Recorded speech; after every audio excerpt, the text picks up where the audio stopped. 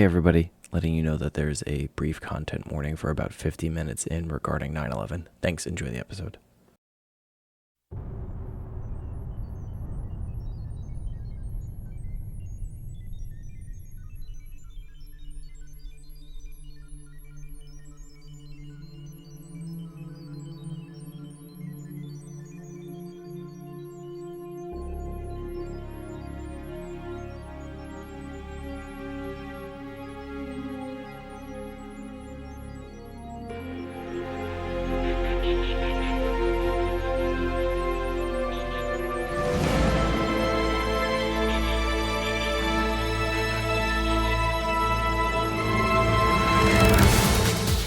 Welcome to Use Your Items, a video game podcast about the design and philosophy of the games that you and I love. My name's Jason, and with me, as always, is a name that I can't share unless you have the right security clearance.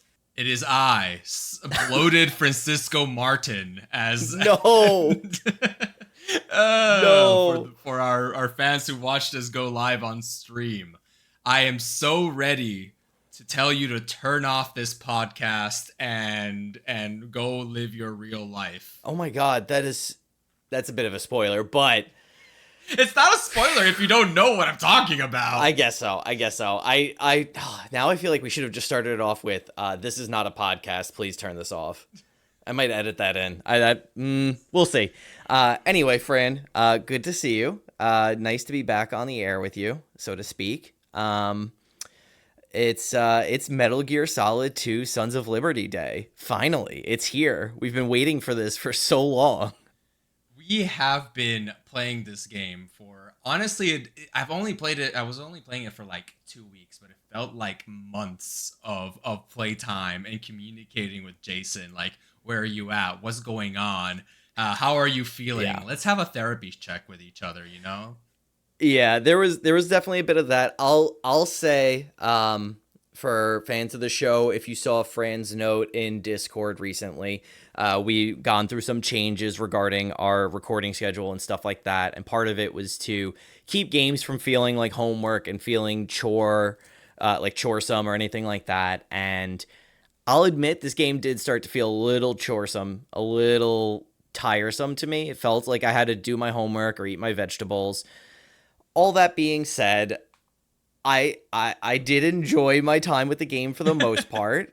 I think it's certainly a work of art in a lot of ways, but yeah, I think when we even floated the idea of the podcast and we like did the Final Fantasy VII episode, and then I showed you the list and you're like, why is Sons of Liberty on here? Yeah, it was very curious. So I guess we can get a little bit into what my history is with the franchise, and then with our histories with the franchise, because I was definitely like, why is specifically Metal Gear Solid 2 Sons of Liberty on here? And I honestly thought the reason why that game was on there was because if anybody had the same experience as I did, growing up playing these games, I did not like Metal Gear Solid 2 Sons of Liberty. I played 1, 2, and 3 pretty much one after the other. Fell in love with Metal Gear Solid 1. Played Metal Gear Solid 2, and when I was young, I finished it. I don't even know why I finished it, because I remember just putting it down and being like, man, that was nowhere near as good as Metal Gear Solid 1. And then playing Metal Gear Solid 3, I don't know why I even tried 3 afterwards, but then Metal Gear Solid 3 is in my top 5 games of all time. Like, I love Metal Gear Solid 3. So I've played a little bit of 4 and also played most of 5, never really finished it. So I'm a bit of a low-key fan of the series. I can't really call myself a true fan because I even haven't played all the main line titles. But for the most part, I really do enjoy these games. And so when I saw Sons of Liberty on the list, I was like very excited for it, because I was like, hey, a lot of my ideas, I've changed a lot in the last how many years since last You've time grown. I've grown, and I was very excited to play it again, because I know that a lot of people put it up there as one of the best ones. So I was very excited to check it out. Yeah, Your absolutely. story. Very different, very very different. I'll start it off by saying this game was brought to the list by a friend of the show, Brian. You're in the Discord. You can say hi there if you'd like. Um, I had a lot of questions for Brian. I talked to him a little bit about it last night, actually. We were playing some Overwatch, and I kind of got to pick his brain for a minute in between matches. So nothing super serious, but I will say that part of his take was he had never played a game that, and I think he probably hadn't been super familiar with works of art that treat story the way Sons of Liberty treats its story. And I'll save the details of that for our spoiler section. But suffice it to say that Metal Gear Solid 2 Kojima's taking quite a few liberties with the way we even tell stories in video games in any regard, really. A lot of it was his experience as a teenager playing this game first before any of the others, and feeling like this is not like he had never had this experience before. Like, it was just mind blowing. It had this kind of like, mind melting moment that I think is very emotionally resonant, and I think that speaks to his experience as well. So he put it on there as something that was like very emotionally impactful to him as like a teen, as somebody growing up into video games. And I think it's important to see now, looking back, that there's a lot going on here. But there's a lot going on here Yeah. emotionally with the way it lands and stuff like that. But my history with Metal Gear Solid is a lot more tertiary. I had always known of it. It's kind of hard not to. I didn't play any of them until I played Metal Gear Solid 3 Snake Eater. I was a teen, and I convinced my parents to get me a GameFly subscription. And for those of you who don't remember GameFly or don't know what GameFly is, it was Netflix for games. So if you don't remember what Netflix originally was, all that means is that originally you could sign up for a GameFly subscription, and they would mail you a copy of a game on PS2, N64, Game Boy. I don't think they actually did portables, but a whole bunch of them, whatever it was. And they would mail you the game, and you paid a monthly fee, and you could keep and play the game for as long as you wanted, and you couldn't get the next game on your list until you mailed this one back. And then there was like some other clauses that were available in it, but you could buy games from them. You can do all this sort of stuff. They were around for a while, I think, into the aughts, but I think they're no longer around. Either way, I rented Snake Eater from them, and I played maybe 5 hours of Snake Eater, if that, and I didn't really know what was going on. I was very confused, and I had a really hard time with it, and I didn't really get it, and I was like, I'm just gonna keep it moving. I'm just gonna move on to something else, and I sent it back. And that's the only Metal Gear Solid. I had not played another Kojima game. All I knew was that Kojima is well regarded and well loved in the video game community, in the journalism circles. He's regarded as an auteur and a genius, as it were. I was familiar with a lot of the craziness and the hype surrounding like the Death Stranding trailer when that dropped, and then the reception of Death Stranding, a game that I would sorely love to play at some point, especially ahead of the sequel. I think that's coming out next year. But regardless, yeah, I hadn't played anything, and so I think I got a pretty raw experience when I sat down to play Sons of Liberty, probably pretty close to Brian's experience. But unfortunately or fortunately, I had 34 years of life behind me when I got to it, and I think that I had a lot of I'll say frustrations and questions playing the game, and I think that's probably what Kojima wanted. I think that's kind of what he wanted. I I can agree with that from a story perspective. From a gameplay perspective, I don't think I can get too in line with that. I agree. But we will get in the weeds after we hit our time tradition behind the box, Solid Snake is back in the latest installment of the critically acclaimed series from director Hideo Kojima.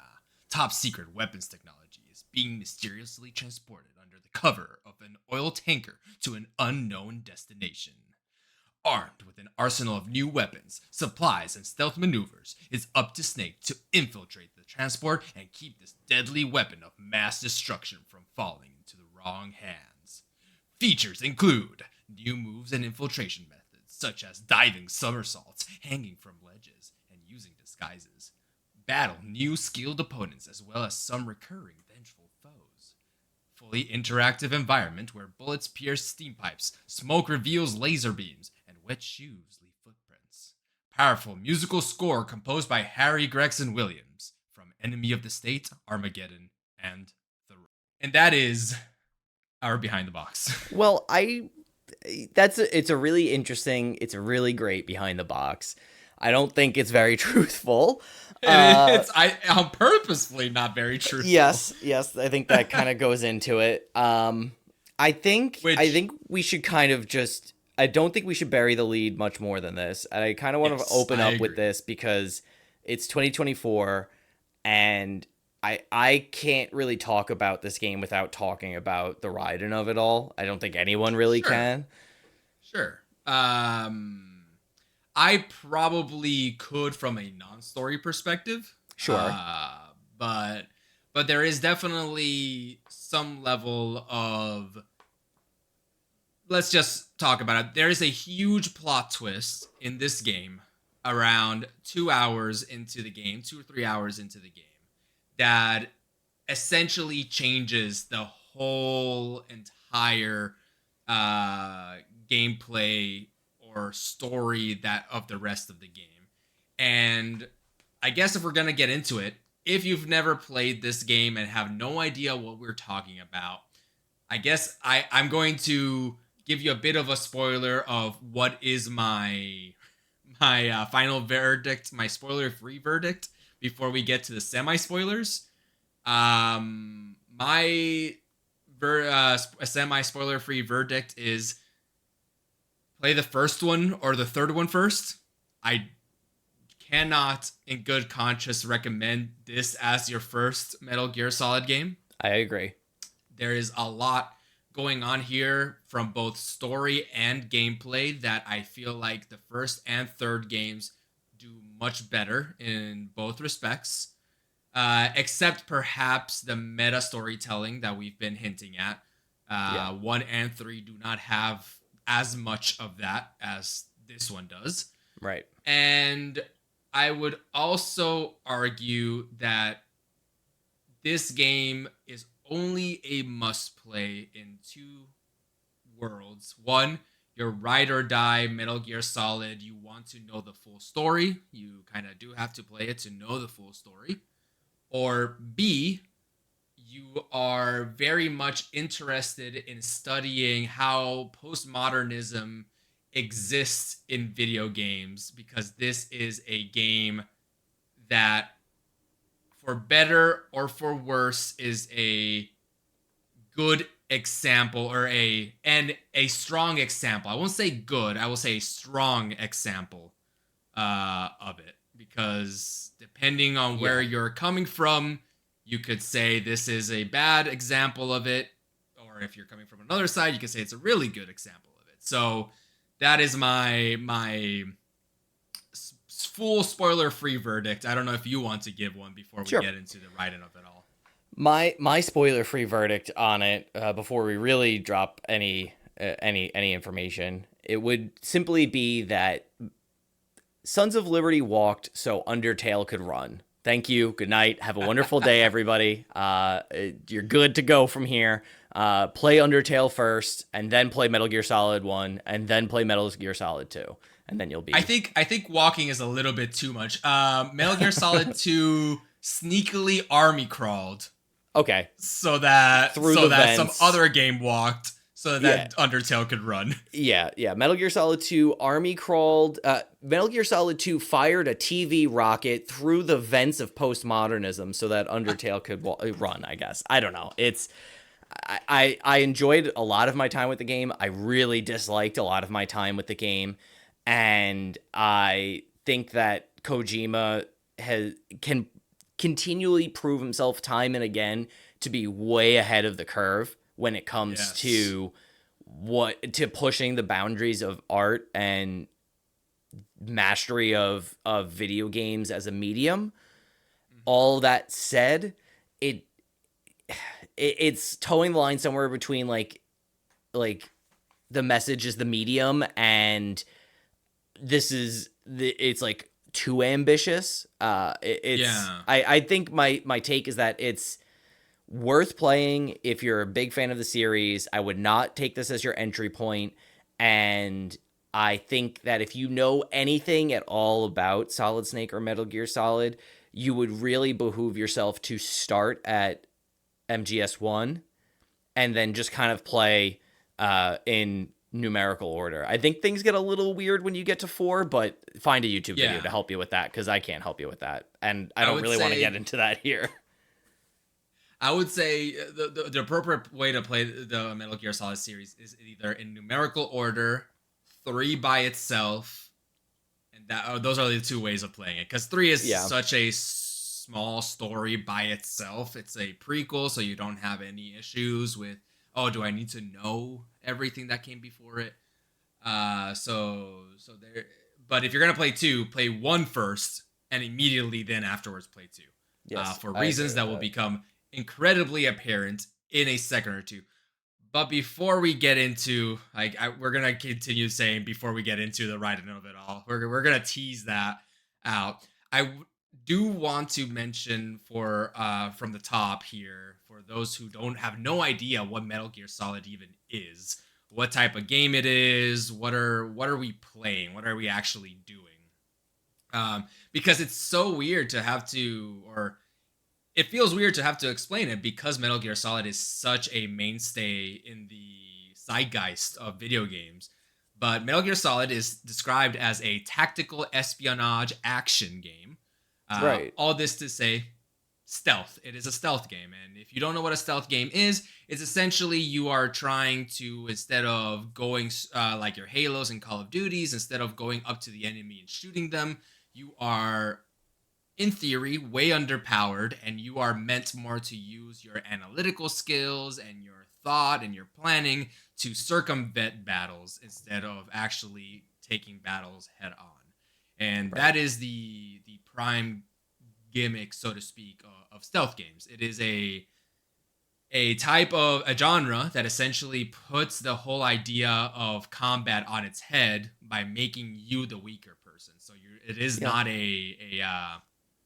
It's a a different type power of power fulfillment. fantasy, I think. It is a different power fantasy. It's a power fantasy for people who studied the blade while you were out having parties. Yeah. I mean, it's James Bond to Master Chief, if that's helpful, Yeah. or to, and I mean, it's James Mission Bond is a great example. Impossible. It exists in that space of James Bond and uh all those other like espionage shows from the 50s and 60s I can't think of right now. And I think your point is very valid in that it feels weird to almost describe what MGS is because Metal Gear Solid has such strong connotations in like within the industry and within just like cultural circles of gamers, right? We all kind of have a general sense of like what it means to be Metal Gear Solid, to be a stealth game, but truly Metal Gear Solid 1 and even the NES games to a degree are defining the genre on a whole. Like a lot of Yeah. what happens in these games, the reason why Splinter Cell is running is because Kojima got in the mud and made 3 games before Splinter Cell was even a thought. And that's another time honored espionage stealth game from like the PS2 era and the 360 era. But that's kind of what we're doing here is we're taking this idea of the power fantasy and we're flipping it on its head. However, that's what happens in Metal Gear Solid 1.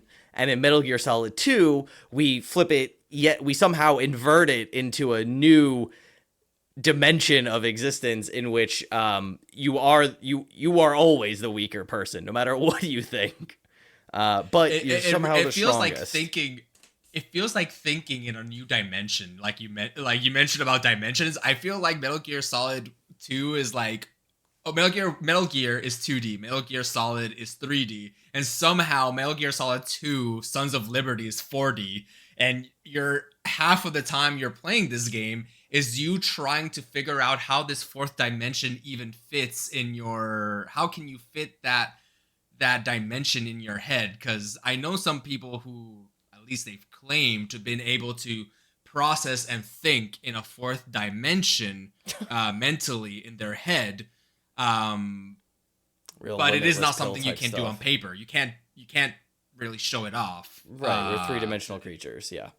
for I, three-dimensional I, I creatures. want to peel it back now on Raiden, and so Yes. I will just tell you right now, if it's 2001, this is the biggest spoiler on the planet. I'm fairly certain that this is pretty common knowledge within just video game zeitgeist and video game gestalt. And Fran and I talked about this where we want to set the spoilers, so I don't think this is where I want to set the spoilers. In Yeah. the lead up to MGS2, Metal Gear Solid 1 is one of the most popular games that had come out on the PS1, right? And it was beloved. People had never played anything like that. Kojima really cemented himself as a true force to be reckoned with in this space with this series in particular. And people I felt feel like like, go ahead. from a Kojima standpoint, before this point in time, Kojima was confident that he was a good writer and good director in his small bubble of Metal Gear and other games that he had created. And he had a cult following. It wasn't until Metal Gear Solid where Hideo Kojima became a household name. And now Right. everybody agreed, okay, Hideo Kojima actually is a great writer and director. Yeah. Um, And so we have to talk about the Kojima in the room, and the Kojima is yeah. in the room with me. I'm sorry, but he's filtering everything I Really? say. No, but it's important because it is a series.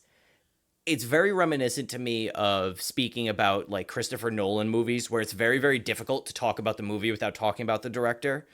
And I think that's the case here as well with Kojima. But that being said, Metal Gear Solid 1 is one of the most popular games in the PS1 era. It cements Kojima as a household name. And the hype and the build-up for Metal Gear Solid 2 is truly phenomenal. It is this palpable force in the late 90s that is building towards what's going on, what's going to happen in Metal Gear Solid 2, when is it going to come out, how could Kojima possibly top this game. The games feel so super topical at the close of the Cold War, and now we have a video game about nuclear armaments and nuclear warfare and clandestine military organizations doing wet work behind the scenes, protecting and the globe and all this stuff. And there's so much that's wrapped up culturally in Metal Gear Solid. And so all of this is building into this momentous hype for Metal Gear Solid 2.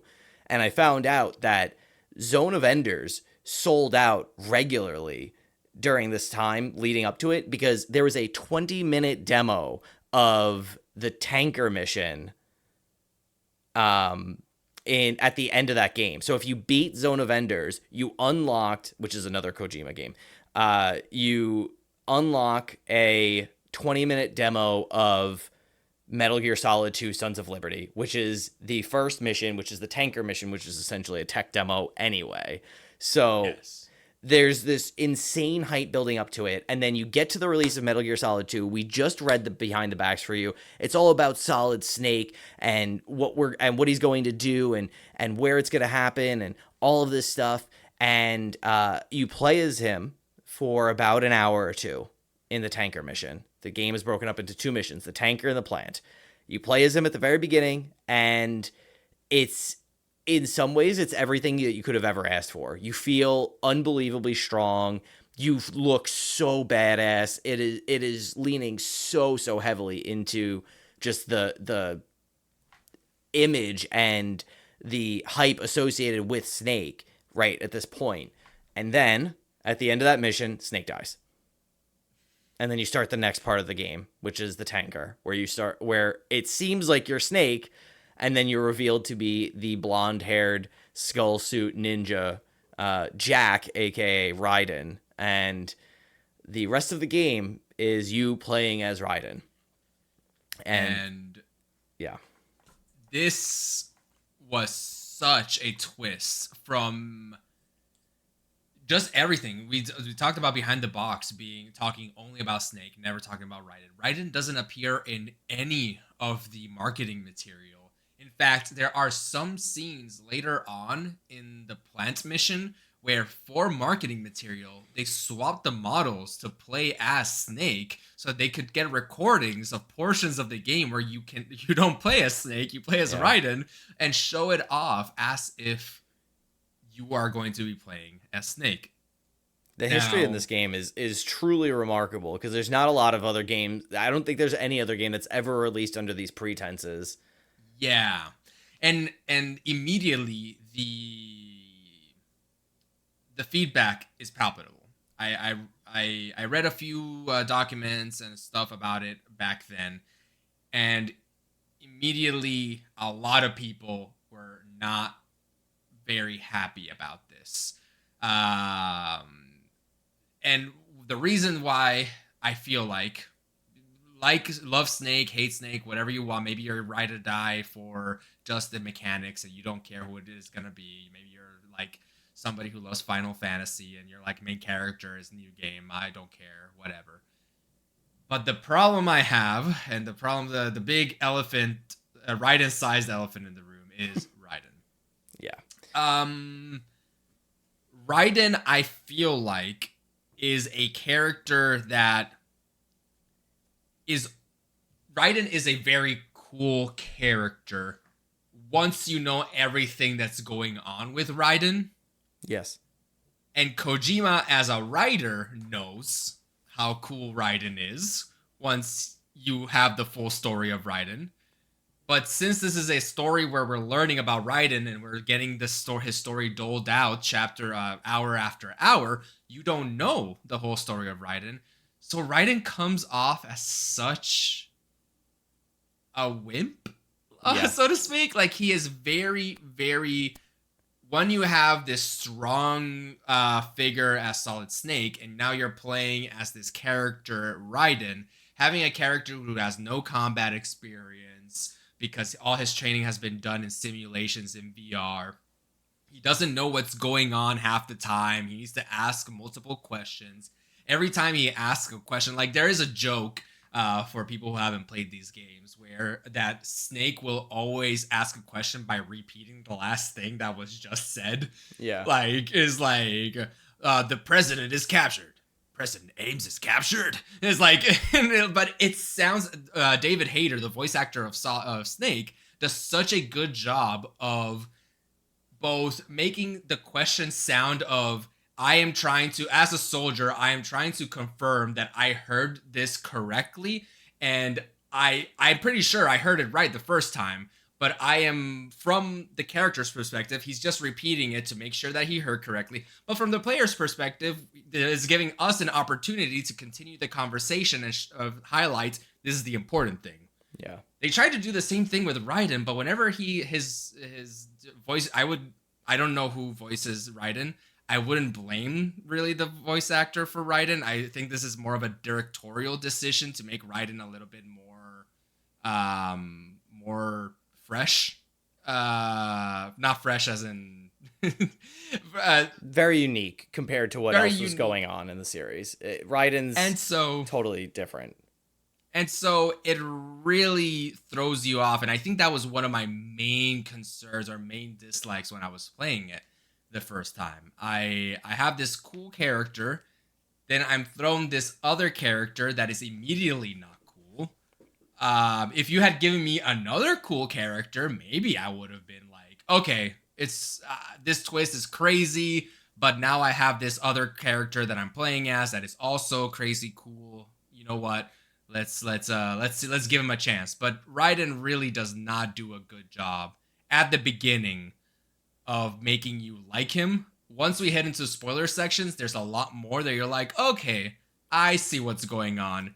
This character has a little bit more going on than at first glance. My take is that the problem with Raiden's characterization is that it is entirely flat until the last maybe 2 hours of the Yeah. game, maybe last hour of the game. And I played for 17 hours or 16 hours or something like that. So 15 hours with the character who is basically extremely flat. The character is sometimes as in the dark, if not more in the dark than you, the player, is in many ways the player insert in a lot of interpretations of that phrase. And it's very, very difficult to get excited to play as and follow Raiden. I think we should contextual in a game so desperate to understand its context and create context and and change the perspective of the context of the player and the audience in the game. I think we should give the listeners some context on the story so that we can kind of try to guide it a little bit better. And so Yeah.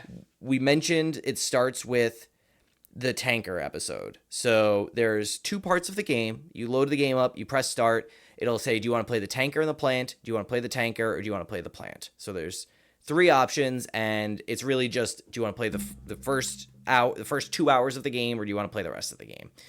And everybody's basically always going to pick tanker and plant. And the tanker is, you jump off the Brooklyn Bridge as Solid Snake, you land on an oil tanker crossing down through the East River, and you are there with Otacon in your ear telling you that there is a Metal Gear on the ship, and you have to go get photos of it. Which is what is a Metal Gear, Jason? Oh, right. Apologies. And you have to go get pictures of this Metal Gear, and a Metal Gear is basically it's a giant mech that also serves as a walking mobile nuclear platform that can fire nuclear ballistic missiles. So this is a hang up and a plot device from the original Metal Gear game on the Nintendo Entertainment System, wherein at the time in the 80s, when nuclear warfare and nuclear proliferation was sort of reaching its global height during the Cold War, the idea of having extremely mobile, nearly impervious weapons platforms that can also serve as nuclear launch sites is a serious problem.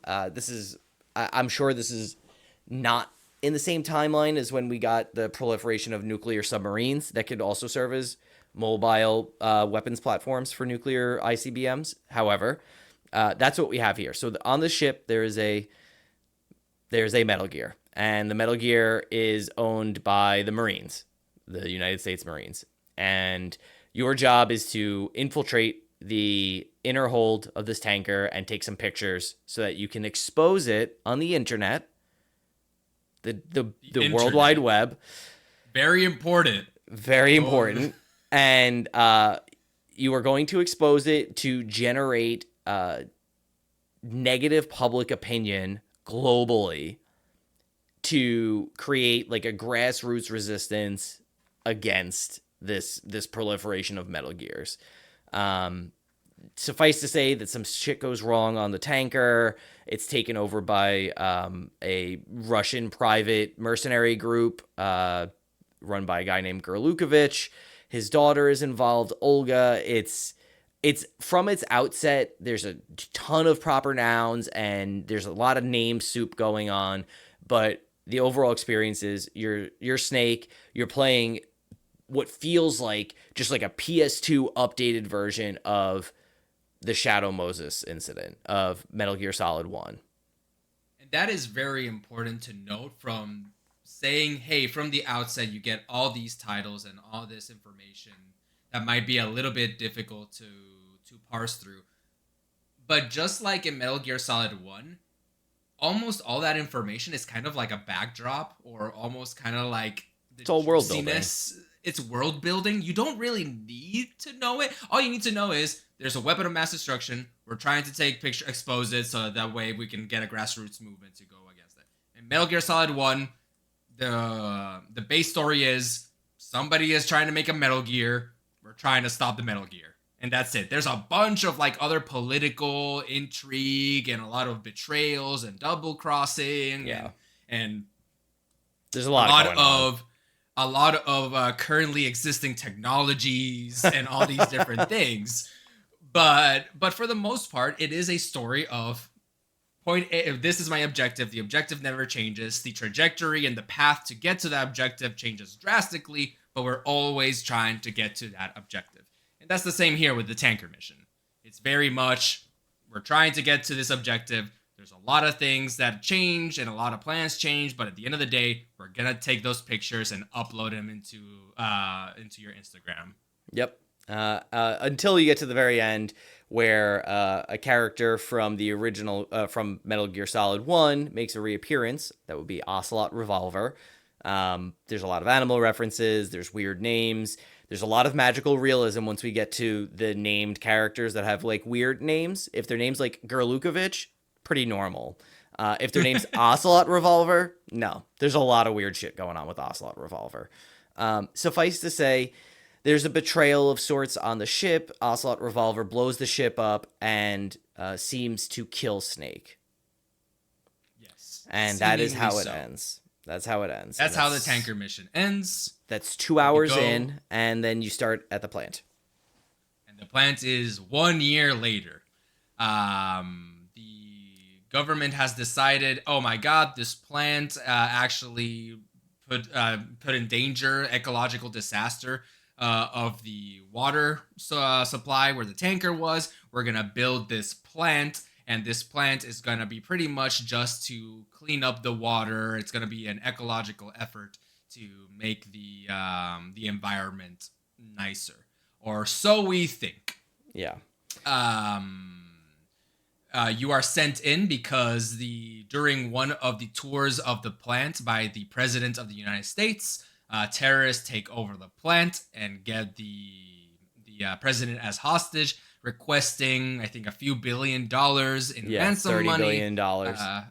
$30 billion in ransom money. And as far as you and your cohorts know, that is your mission. Your mission is just save the president. That is the whole plan.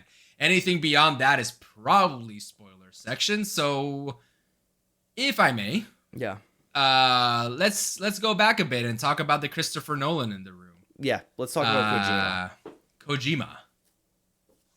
So, Kojima is the designer, director, auteur, the meme. He is essentially the closest we have in video games to the concept of an auteur in filmmaking, where the director, essentially, his vision is paramount. It is not all saying, because you have other things like producers and everything like this, but for the most part, the director is the one who's the flag bearer, and they are the ones that are trying to make the game go in a certain direction and have a lot of control over the game. Now, this sort of unprecedented control really only exists in indie games. Games where your team is much smaller, you might be wearing a lot of hats, then you can see a lot of auteurs existing in that universe, where because you don't have as many people to talk with, to govern, and everything like that. I want to just take a brief sidebar here and just note that in my experience, just researching games and reading interviews and listening to them and stuff like that, I tend to find that the indie developer who is most likely to be considered an auteur by others outside of the space are the least likely to behave like that. And it tends to be the ones that are more in the Kojima spaces or the, what's his name, Peter Molyneux spaces, where there's this name recognition associated with their genius, not dissimilar from the way we speak about Kubrick or the way we speak about Francis Ford Coppola and a lot of these other genius, quote unquote, directors who have this sort of intense genius associated with their art, particularly that they are unparalleled artists. And it's an interesting dichotomy that Kojima is more in that traditional space rather than like a Matty Thorson, I think, Yeah. should be considered in auteur, but I don't think she would really resonate with that experience, or the ways Yeah. that the I would say the overall community tends to lionize and just over esteem some of these characters. Yeah. It's very interesting because I feel like there's a certain level of breadth of work that you need for me to like really consider you an auteur in the classic sense of the word, from a perspective of you have somebody like what was Obra Dinn and Papers, Lucas Please? Pope. Lucas Pope, which I would consider much more of an auteur because the products that he has worked on are so different. And every time that he works on a new product, he tries something new and it works really well, which just shows a little bit of the familiarity with your craft and understanding of your craft to be able to know what might work or might not work. Versus if you're doing the same thing over and over again, it's getting better and better, and you're known as the blank guy. Right. Much harder for me to call you an auteur. I would just call you that blank person. And so there is a debate as to if Kojima fits under that umbrella, since pretty much his most popular works have been Metal Gear Solid, Death Stranding. There have been a few other games here and there like Police Knots and stuff like that, but nothing to the level of Death Stranding or Metal Gear Solid. Right. So all this to say is that while Kojima is the best example, I feel like, that we have of the filmmaking auteur type person in the video game world, he is also is very confident in what he likes and will stick to what he likes. Which I think is the sign of a good artist. I think it's important to push your bounds as well. I don't think Kojima could release a game on the play date that involves you welcoming aliens into your community center. I'll give you that much. Yes. Like Lucas Pope did. Yeah, like Lucas Pope did. So I think that I really want to talk about Kojima specifically is that Metal Gear Solid's storyline has been sort of memed to the level of degree of Nomura's Kingdom Hearts or that's another Halo's like character. Another auteur-like character, but the perspective I'm tackling here is that everybody at this point is like, this story is way more complicated than it has to be. Okay. And all these different things. And I feel like Metal Gear Solid has reached that point. I would agree. However, I do feel like Kojima gets a lot more of a pass whenever he's making these stories that are like much more complicated than they have to be. Like when you hear the Kingdom Hearts story, you hear like, you immediately have to say it is like, oh, it's a joke, it's crazy, it's weird, it's all over the place, haha, funny. You hear the Metal Gear Solid story, which arguably is just as complex and weird and out weird, there, yeah. But we don't say, haha, funny, this is a joke. We say it's complex, but it's serious, and I think that Kojima should receive accolades for that. And I've been stewing a little bit on why. Why does Kojima seemingly get this pass of why does he get to, even though he's writing these really weird stories. And by the way, audience, I'm not saying this as a negative thing. I don't think that weird and complex and crazy things are bad in a vacuum. I'm just saying that that's how these stories feel like.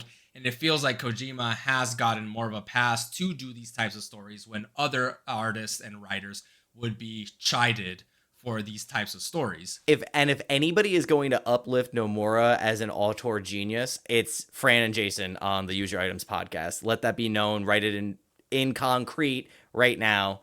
I am coming to bat for you, Nomura, right now. I would bat for Nomura. I would bat for Nomura all day, every day. Sorry to interrupt, but... So I was stewing on this for a little bit, and I think maybe I'm wrong. Maybe other people might have another take or opinion. Maybe you do as well. I think the reason why Kojima gets such a huge pass is because all his stories are both grounded in the real world on Earth and its history, and because he is not afraid to say it as it is. In that, sometimes in this game, even the United States is the bad guy. Sometimes the United States is the bad guy, and while other games and other like your Call of Duties will shy away from creating like, oh, the Russians are the bad guys. Actually, no, we can't say it's the Russians because then the game won't sell well over there. So we're gonna do, it's a new country of Moscovia, and it is very Russia adjacent, but it's not Russia. It's very different. And then like for whenever the United States is the bad guy, no, it's not the United States. It's just another very similar adjacent but not United States country. While I think Kojima has a lot more confidence slash isn't afraid of just calling out things and being like, yeah, United States made nukes and we're all the worse for it. Like, and now they're trying to make the Marines and my stories are trying to create new nuclear armaments to fight after the Cold War and all these different things. So there's a element of, yeah, it's weird and complex and all these things, but there's a nugget of truth in there that people really latch onto and find interesting and kind of are okay with all this other complex stuff, because at the end of the day, you can take this huge 10-piece story that is on a whole very complex, but if you reduce it to just two of those 10 pieces, you can get a really good narrative device that is very straightforward and very important to today. Honestly, there's a lot of things in this game that honestly are kind of prophetic in what they're saying. So I think that's where I landed. Why does Kojima get a pass in making all these weird, crazy stories? I think it's because of his grounding in our history slash being able to be comfortably say, hey, I'm going to write what I feel makes the best realistic slash what needs to be said in our modern day. I think that's very reasonable. Personally, I guess I don't disagree with anything that you said. I just come at it from more of a perspective. My context of it is that he is many of the stories he writes are centered around the United States or North America traditionally, right? A lot of what he is known for. I feel I don't know much about Death Stranding, so I won't comment on that. But at least for Metal Gear Solid, it's about North America. It's about Cold War relationships. And I think there is a lot of truth in what you said regarding his treatment of current events, his treatment of current history, the way that he makes it magically real, that I think is tying into a lot of what made James Bond so popular, what made Ian Fleming and all of the movies so popular from like the 50s on, right? Is this sense that this is both real and just crazy and just like freaky enough that I can detach, I can dissemble myself from this world, but I still get to view my world. So when it's the United States that's evil, I can look at the politicians in my United States and point to them and say that they're evil, because like I agree with that. It's just that Kojima told it in a different way. So I think you're right there. I think part of it too, though, and part of the reason why he so to speak gets that pass is that he's very cinematic. I think he takes a ton of lessons from the auteur filmmakers of the 70s and 80s, particularly the Scorseses, the Francis Ford Coppola's, the Kubricks. I think he takes a lot of inspiration from their directorial view, their directorial eye, and he uses that to tell to guide the way that he creates a video game.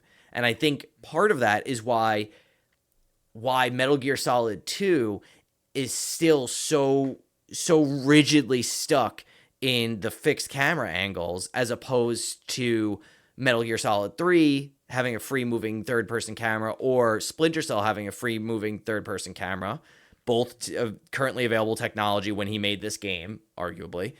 And I think that he is seen as an auteur because he speaks in similar languages as other auteurs that critics and fans are already familiar with. Fans are used to calling Scorsese a genius, or calling Coppola a genius, or Kubrick a genius. We're used to doing that. It's in the gestalt of American Western criticism in the 90s particularly. And so when Kojima comes on the scene, specifically in Metal Gear Solid 1, he was obviously around before that, I recognize that, but he comes into 3 dimensions. He takes this game series that was fairly popular on the NES and the SNES, and he updates it to the PS1, and people start to see it and they're like, wow, this reminds me of when I saw Apocalypse Now or The Godfather. Like, these are things that are just so wrapped up in Western perception, and I'm coming at this from a specifically Western perspective context. I don't know how he's received in Japan or in the East. But I think his authorship and the reason he gets sort of uplifted into those spaces is because he is sort of in that school of cinematography that we are already primed to speak about.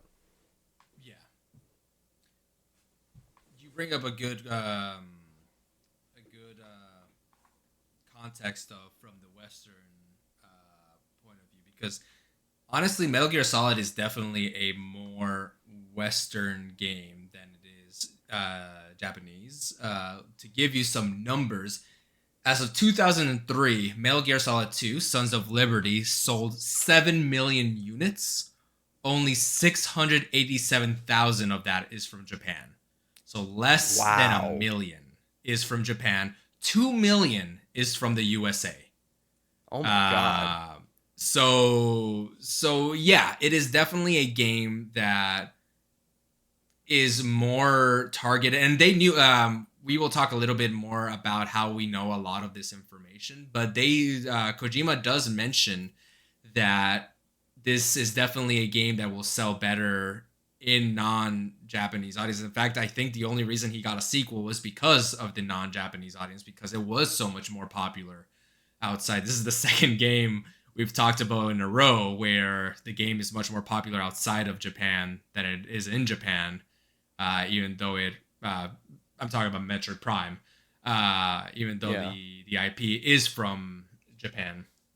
It is.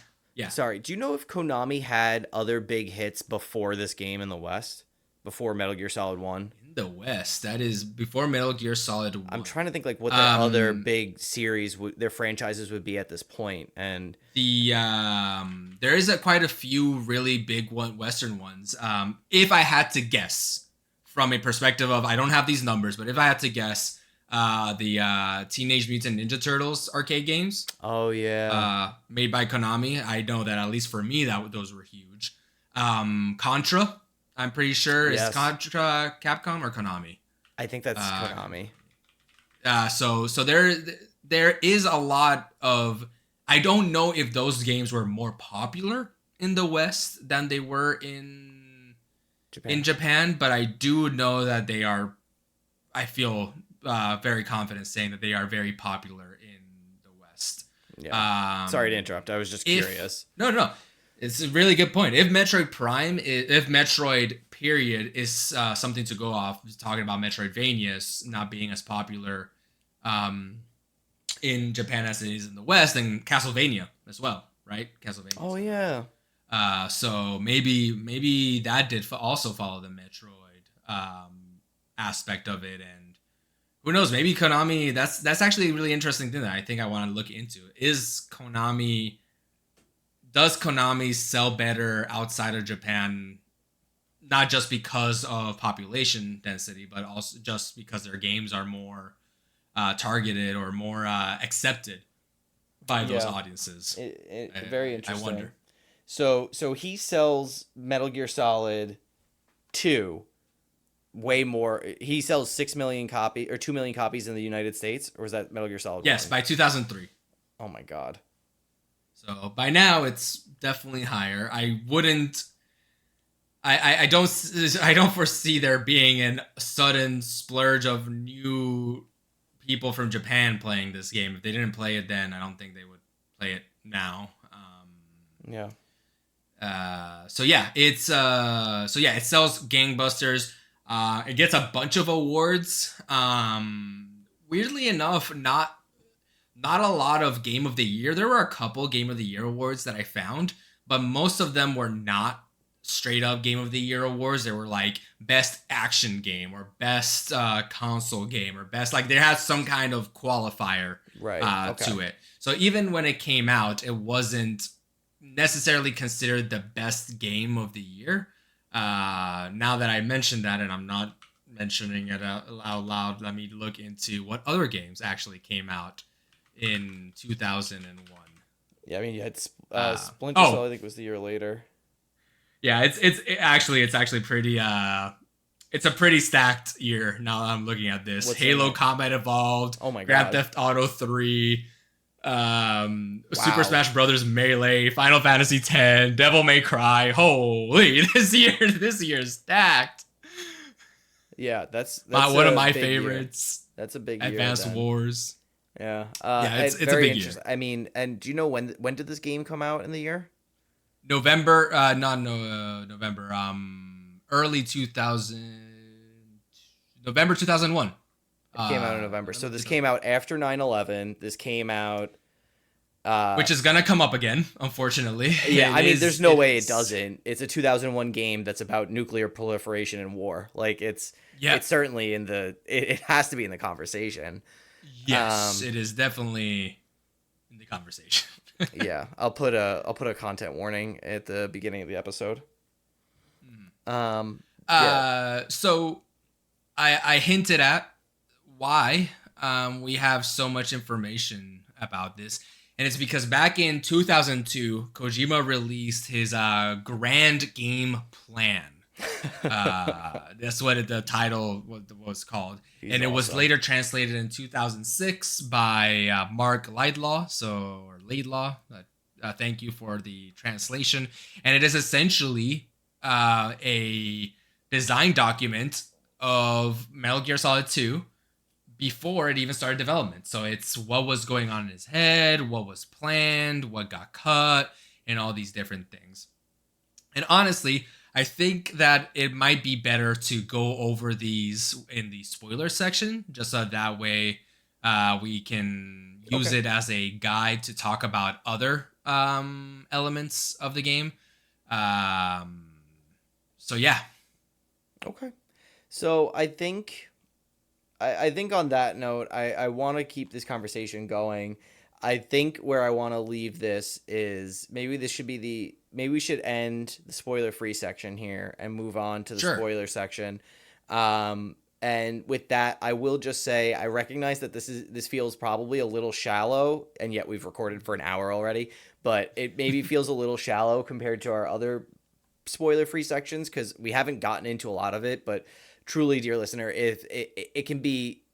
I find it very difficult to talk about this game without talking about the whole breadth of it, because and I'm sure Fran can speak to this as well. There's a lot of times where I was messaging him things as he had beaten the game twice, once when he was a child and once now. And I had just been playing it for the first time, and I'm messaging him stuff like, Fat Man's really stupid, and what's going on with this guy, and why do I have to do this? And there's a lot of like tongue holding that has to get done because there's so much pressure. There's so much just headroom pressure on the end of this game, really pulling twice as much work and twice as much weight to tie together the other 15 hours behind it. Yes. It really feels like the Raiden twist is the most solid, objective thing that you can call a plot twist. It is very cut and dry. You were this person died, you are now this. Every other single spoiler very much permeates throughout the whole story in such a way that giving any more just is either a spoiler in of itself or reveals too much of the load-bearing story columns that will just pretty much show you the rest of the story and pretty much just tell you everything. So it kind of begs to either be played or just be allowed to talk about the game as a whole. Right. I think in the interests of our sort of philosophy on the show, we're going to just we'll just do our spoiler break, and we'll talk about it this way. However, I will mention, if you're still with us and you want to play the game and you don't want to be spoiled on it, truly look nothing up. Engage in nothing further than this hour that you've spent with us. I cannot be more serious about this.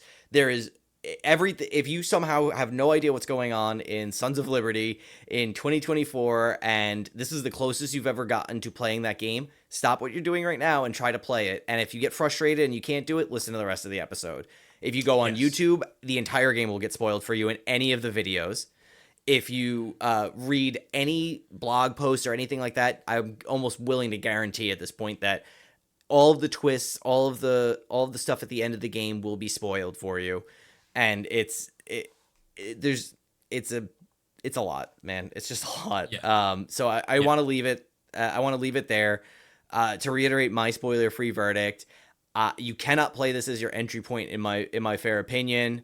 At least in 2024, as a 30-something-year-old guy like I am, I don't think that's reasonable.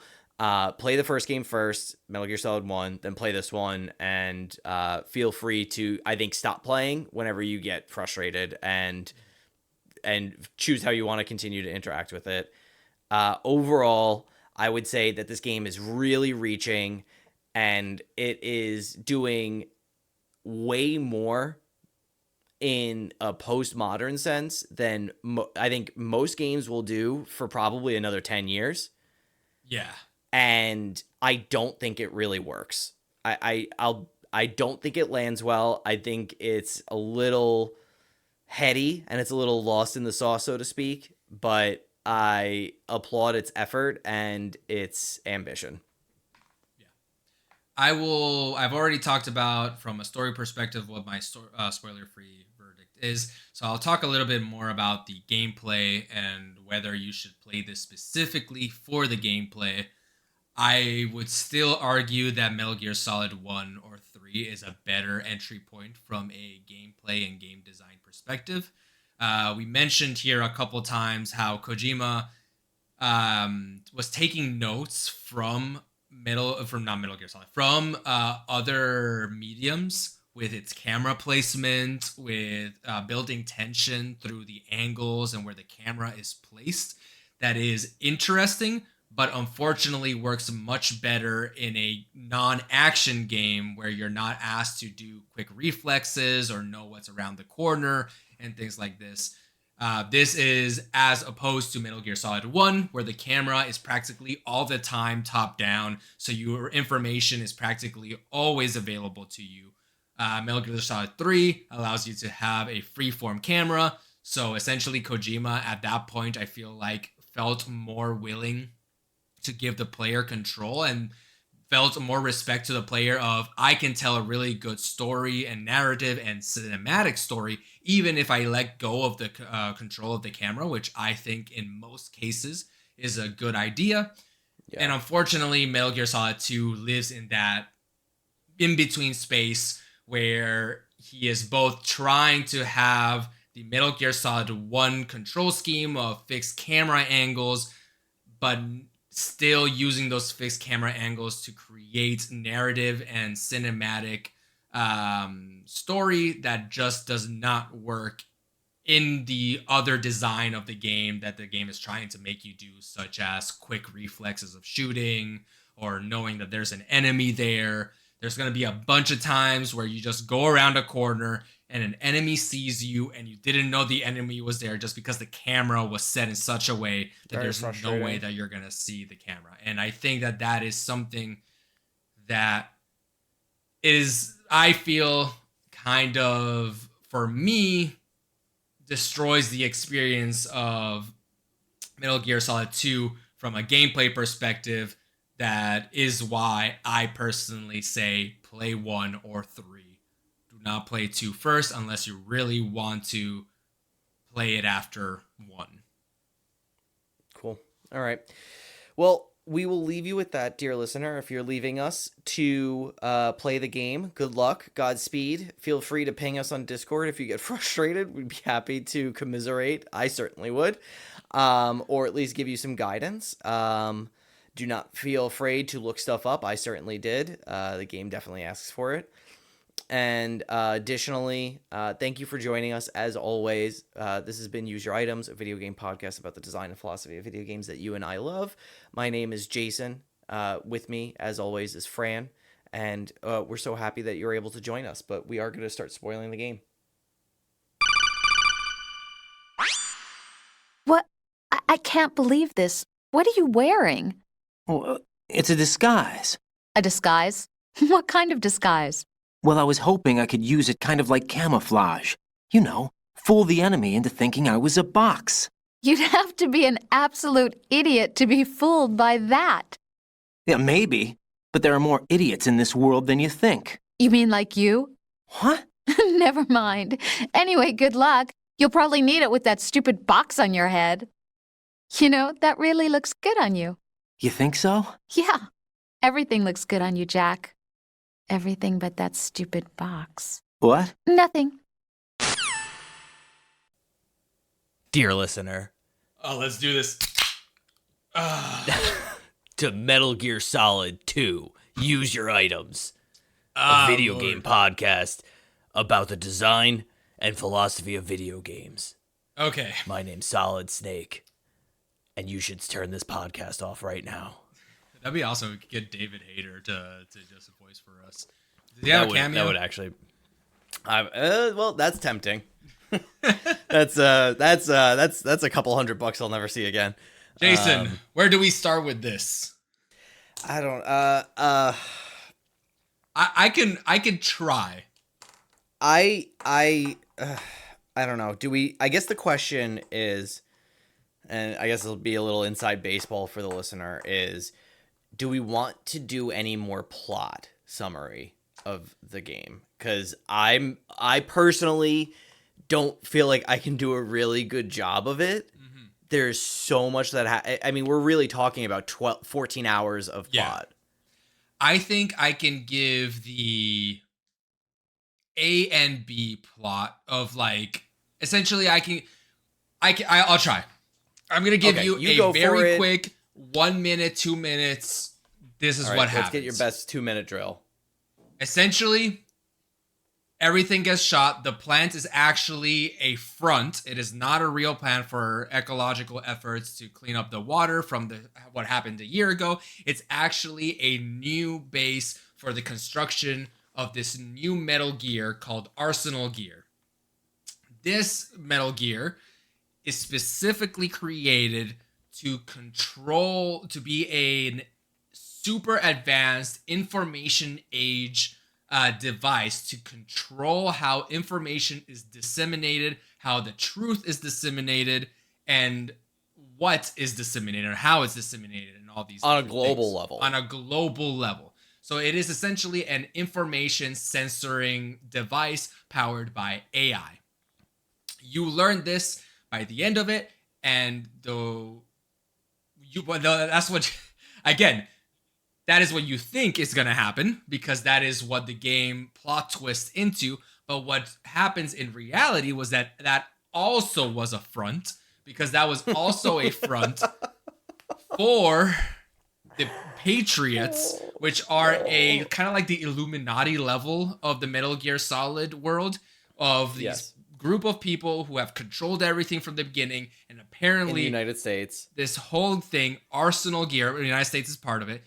This whole thing, Arsenal Gear, was actually created, a simulation created by the AI that exists in Arsenal Gear to see what would happen in the digital information age if there was a nuclear spectacle thing. This is, by the way, fans of the series, people who actually know what's going on, will bring out their pitchforks and their torches, because technically that is not the whole story, but it is the simplest way of telling the story. And I would argue the plot by plot beat, unless you are actually interested in the whole Metal Gear Solid storyline, is not that important. What is important is how this information is given to the player and why it's given to the player, not necessarily what happens from A to B to C. That is where I'm going to leave. I think that's probably mostly where we're going to leave the whole plot line explanation. For the most part, we will be using other pieces of the story as evidence for things that we're going to be talking about, but we're not necessarily going to be saying, then president kills himself, everybody thinks Raiden killed the president, but because he didn't kill the president, people didn't believe him. And no, we're not going to go into that.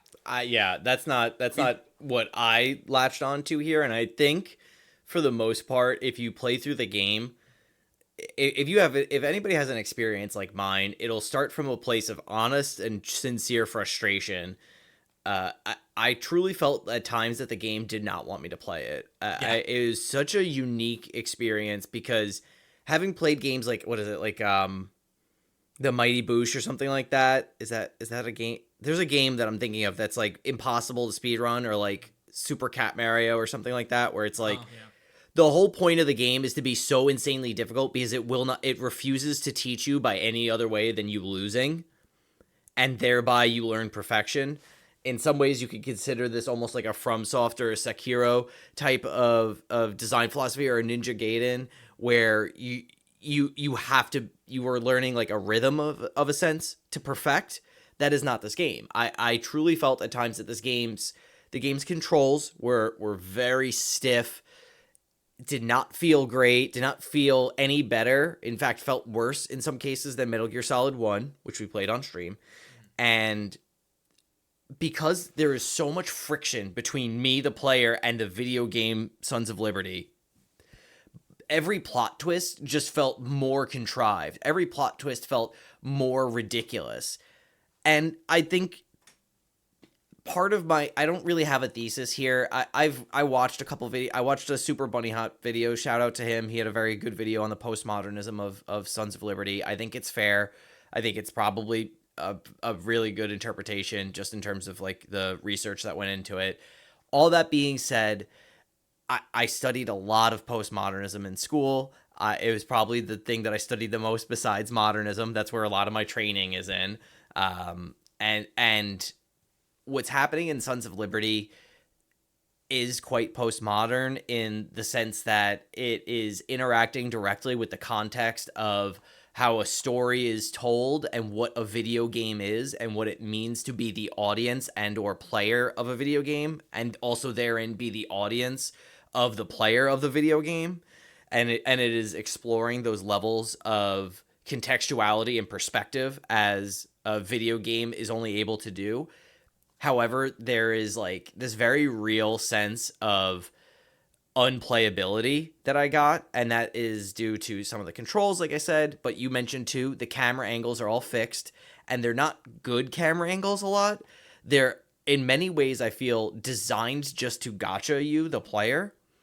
There is a choice to force you to go interact with a node to turn on your radar, which is just like your mini map that shows you where everything is on the screen. And it, in many ways, I guess that makes it a lot more difficult not to have it. But in the first game, that is like a difficulty choice option that you have. It's like an accessibility option almost. And in this game, it feels impossible to play without it. And so the plot twists for me, especially the ones that start to break the narrative in half and ask you, the player, to figure out is all of this really happening, or is all of this a VR, or what parts of this are in virtual reality, what parts of this are in Raiden's head, and how much of this is actually just Kojima speaking directly through to you, the player. It all falls flat in the face of, you made me work so hard to get to your point. And I'll reference something. I feel like I referenced this before, but there's a book called Voss, and it's short for vasectomy. And it's a book about shapes. It's a book about a circle and a square, and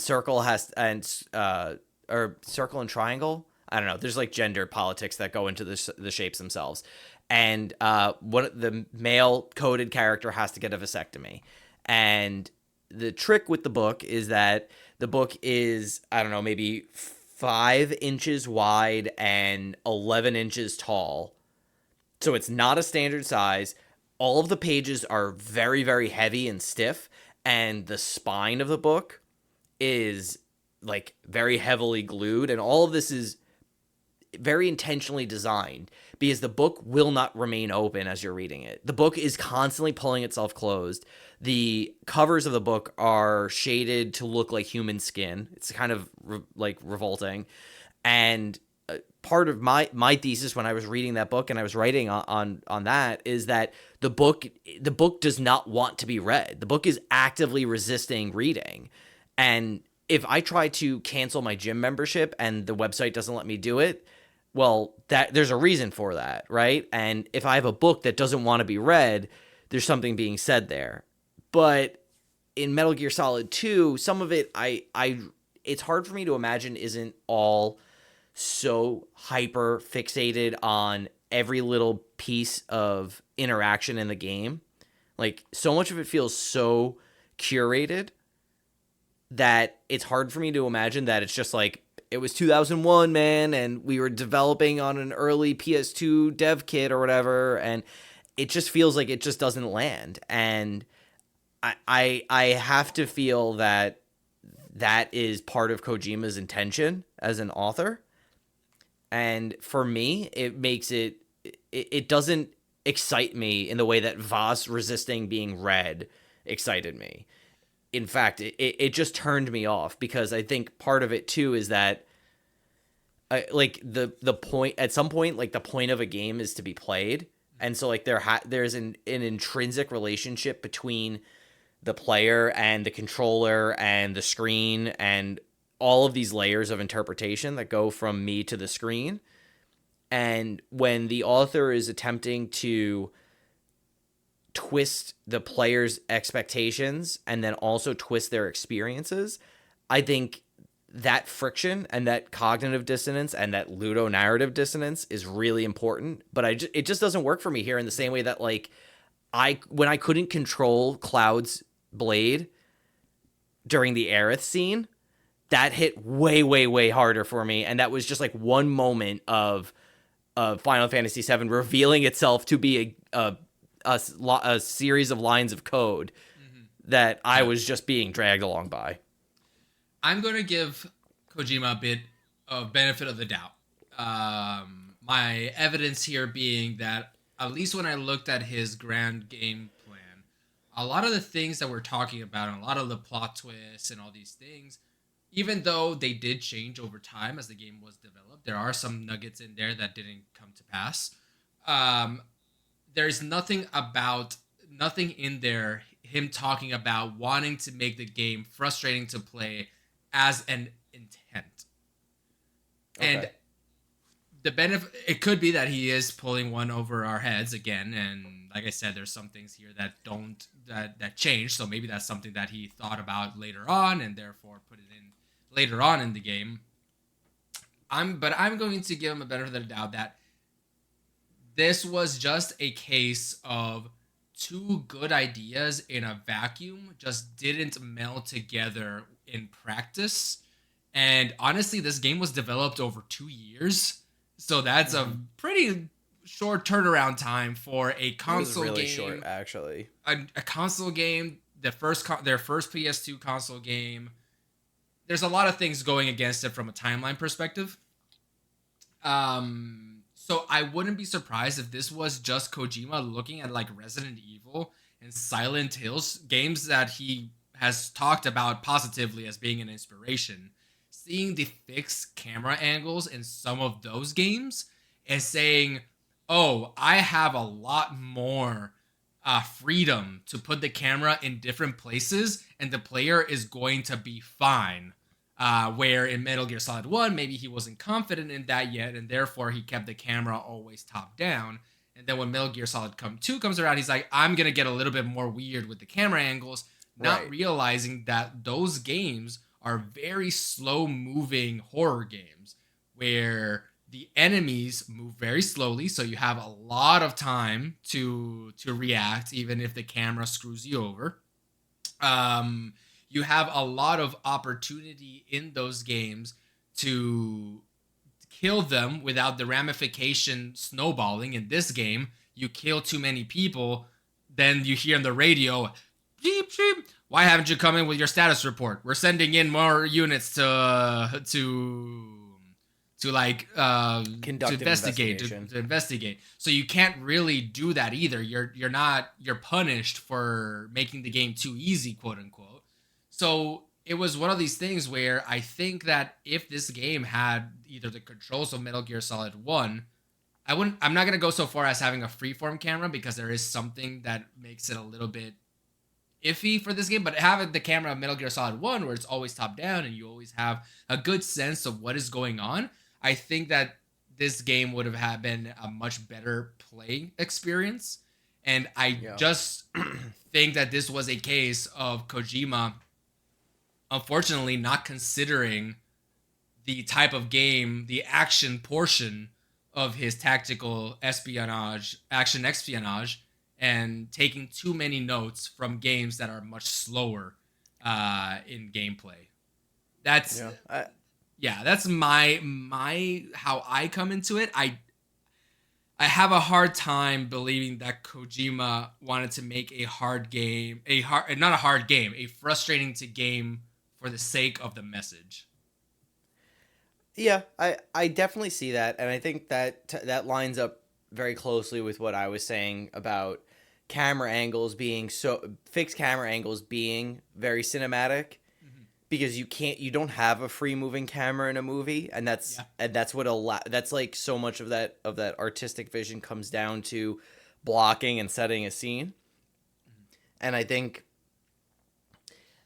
I want that to be the case for Kojima in this game, but I find that really hard to believe when it's like a hard pill for me to swallow, because so little of the story beats and the experiences and the expression of the author, where story is either being driven forward or we're getting a scene of like authored, like artistic vision on his part, happens during gameplay.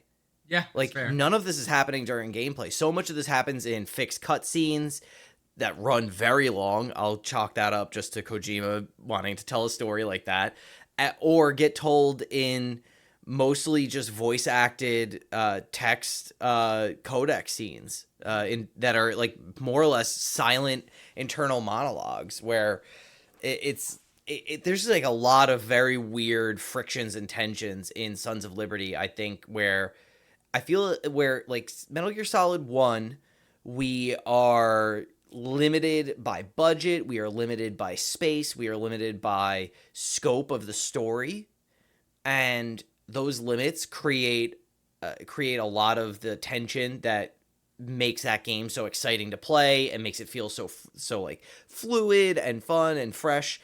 And I think here we're kind of like take these limiters off, and it's like we can do whatever we want. Like I'm gonna set up these very artistic camera scenes, and it's like is the angle that I have to play the sediment pool in really as much of a successful artistic vision when I meet Olga for the first time as Raiden? It's the whole thing's in a pre-rendered cutscene. Yeah, not pre-rendered, but you know what I mean. That's very fair, because there are, now that I think about it, I cannot think of many scenes in which there's games where the fixed camera angle is placed in such a way, or the camera moves in such a way that makes me wowed at the presentation.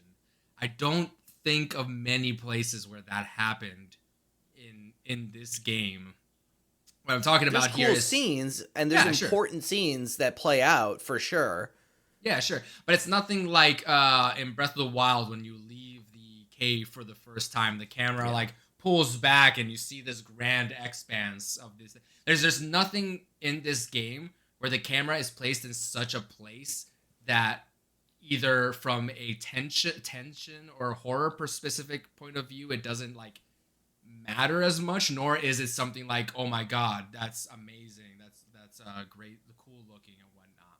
So I can see where you're coming from, of like, even from a cinematic point of view, it feels like it's cinematic for the point of it being cinematic.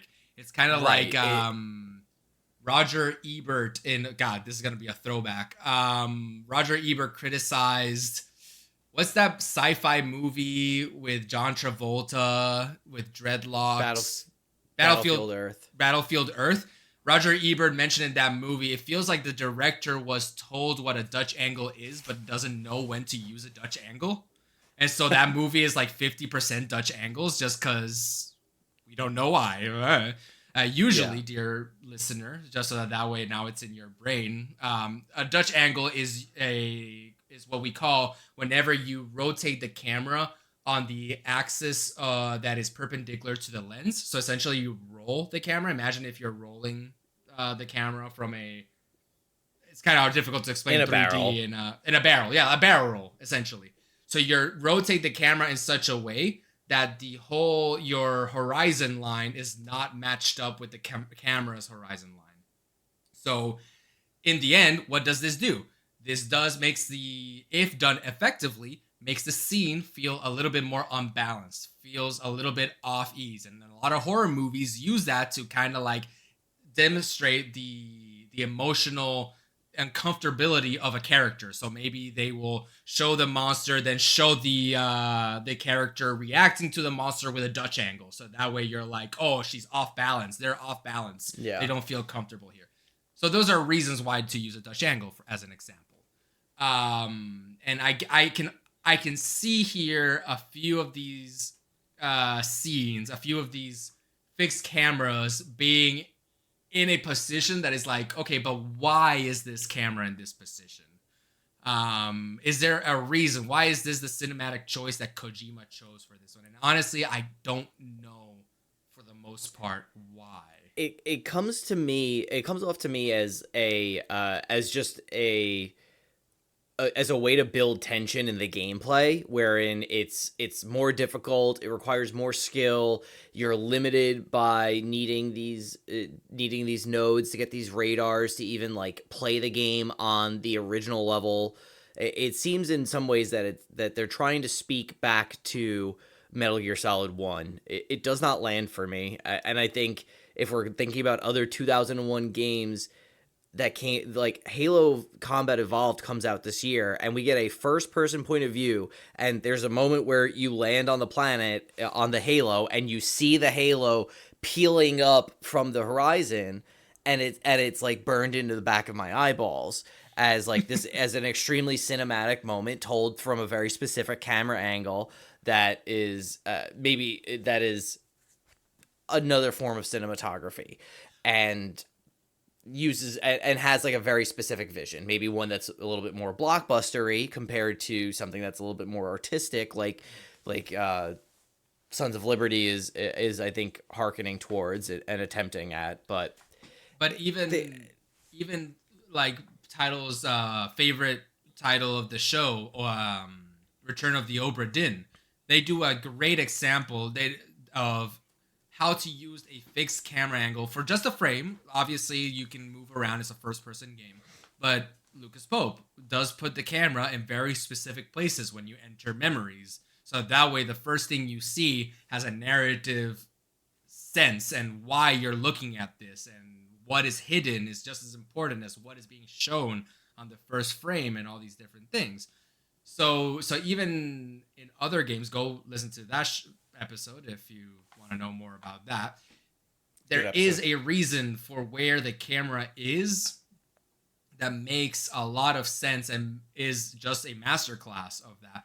And while, again, we are talking about this as a negative aspect, as if maybe this was Kojima's intent, I still feel, maybe I'm just being a fanboy and giving too much benefit of the doubt, I feel like this might be just a case of he was trying something new.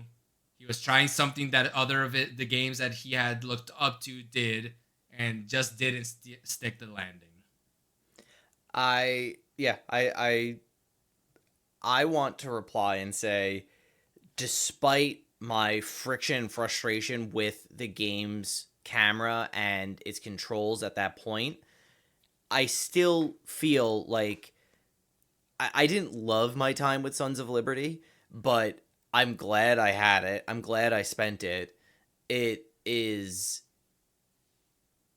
very, very unique, just in terms of like, they don't really, like, there aren't a lot of games that try to tell a story about being a game and use the medium within the medium within the medium to manipulate that in the way that Kojima is doing it in Sons of Liberty.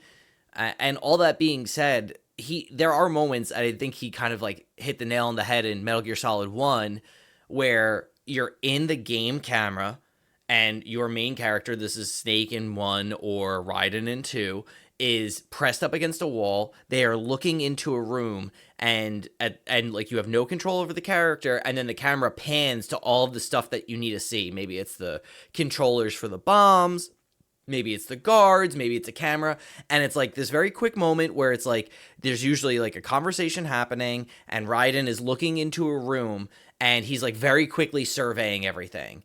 And in those moments, I'm like, this is great. Like, this is very gamey, but at the same time, it is using a fixed camera angle that I can access in the game, and I can also do this. This is something that I have control over, and I'm getting a very specific scene setting of where I'm going to basically play out this next puzzle, if you want to look at each room, each section as a puzzle. So I think it's quite good in those scenarios. I think the cutscenes are a lot of fun. I love watching the cutscenes. I think they're great. And I think there's quite a bit to discuss if you wanted to get into that. But for me, it was just that the game created a ton of friction for me to play it, and to get to the final notes at the end where we are revealed to have been working for an AI at the very end, and there's like a pile of double entendres and like callbacks to Metal Gear Solid 1 and Shadow Moses Island, just because it is a VR simulation. All of that reveal just feels like I almost feel insulted in a way. It's a little, I think that's a little heavy and a little personal, to be honest, but in reflection.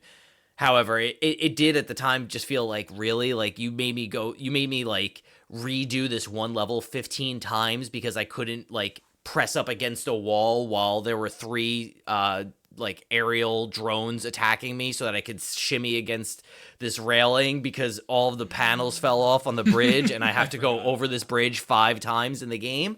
Like there's just like choices where it comes to the backtracking and like the minutia, where it's just like, I just feel like you don't like me. I just feel like you don't want, like, you're vindictive to me, the player. And if you take the ending of the game and the reveal of GW and the Colonel masterminding the Raiden training program, if you take that as like almost as like a video games were a mistake type of situation, and all of these realities are simply interpretations wherein the only meaning that matters is the meaning that you make. And if you think that you're doing something to be good or to be morally pure, you're more likely than not just doing something that is in fact quite the opposite. You are being morally impure, you are being selfish, and it also doesn't matter because you aren't in control of your own reality, because so much of reality is just a series of interpretations through multiple lenses. It's turtles the whole way down, yada yada. I think if you want to, if that's the reading that you take, that video games are a mistake and all of these, and reality is just a series of simulacra upon simulacra upon simulacra, where it's just a representation of a representation of a representation. This is a representation of the first game, which is a representation of American and Russian Cold War politics, which is a representation of blah blah blah blah blah. Like, if you want to go in that direction, then sure, yeah, of course, all the friction in the game makes sense. But telling me I have to walk over the EF bridge to the core shell 1 5 times in the game, and there's no floor, and there's five drones chasing me, like, very frustrating experience. Like, I agree. I agree with your. I do believe that your interpretation and your feelings of playing the game are incredibly valid, and is honestly why a lot of the reasons why I didn't enjoy my first playthrough of the game. At the same time, to play a little bit of devil's advocate, there does feel a lot of times in this story that Kojima is writing a story for the sake of writing an interesting story. And I agree.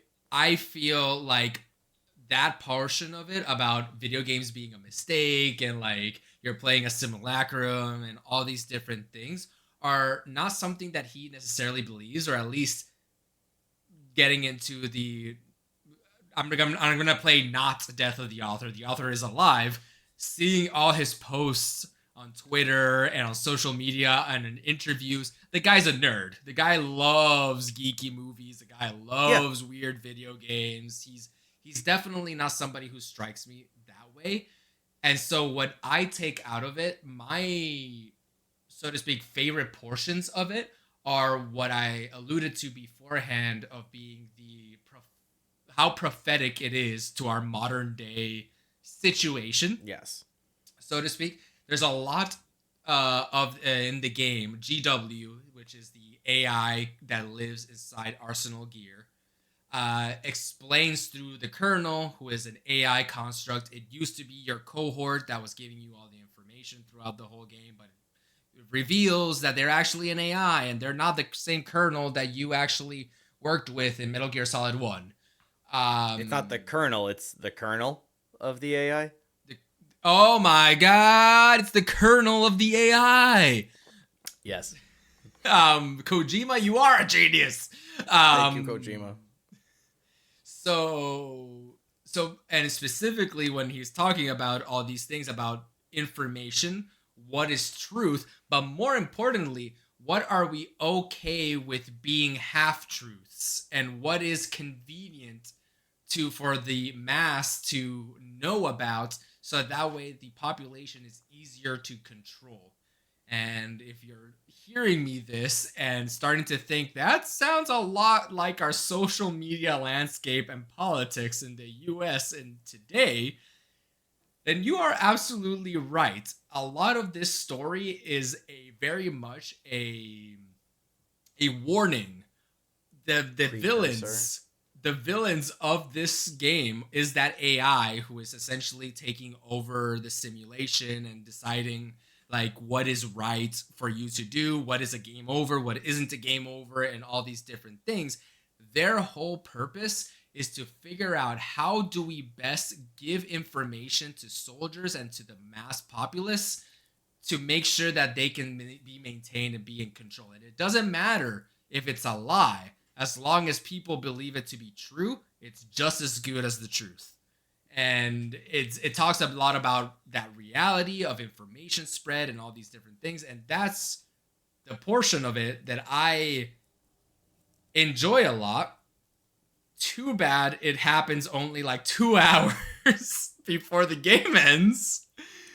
Right. And that's late in the game. Like, and there's so many betrayals. Like the big main bad guy who you think is going to be the main bad guy, Solidus Snake, who, by the way, is not Solid Snake, who, by the way, is alive. Don't worry about it. We don't need to talk about it.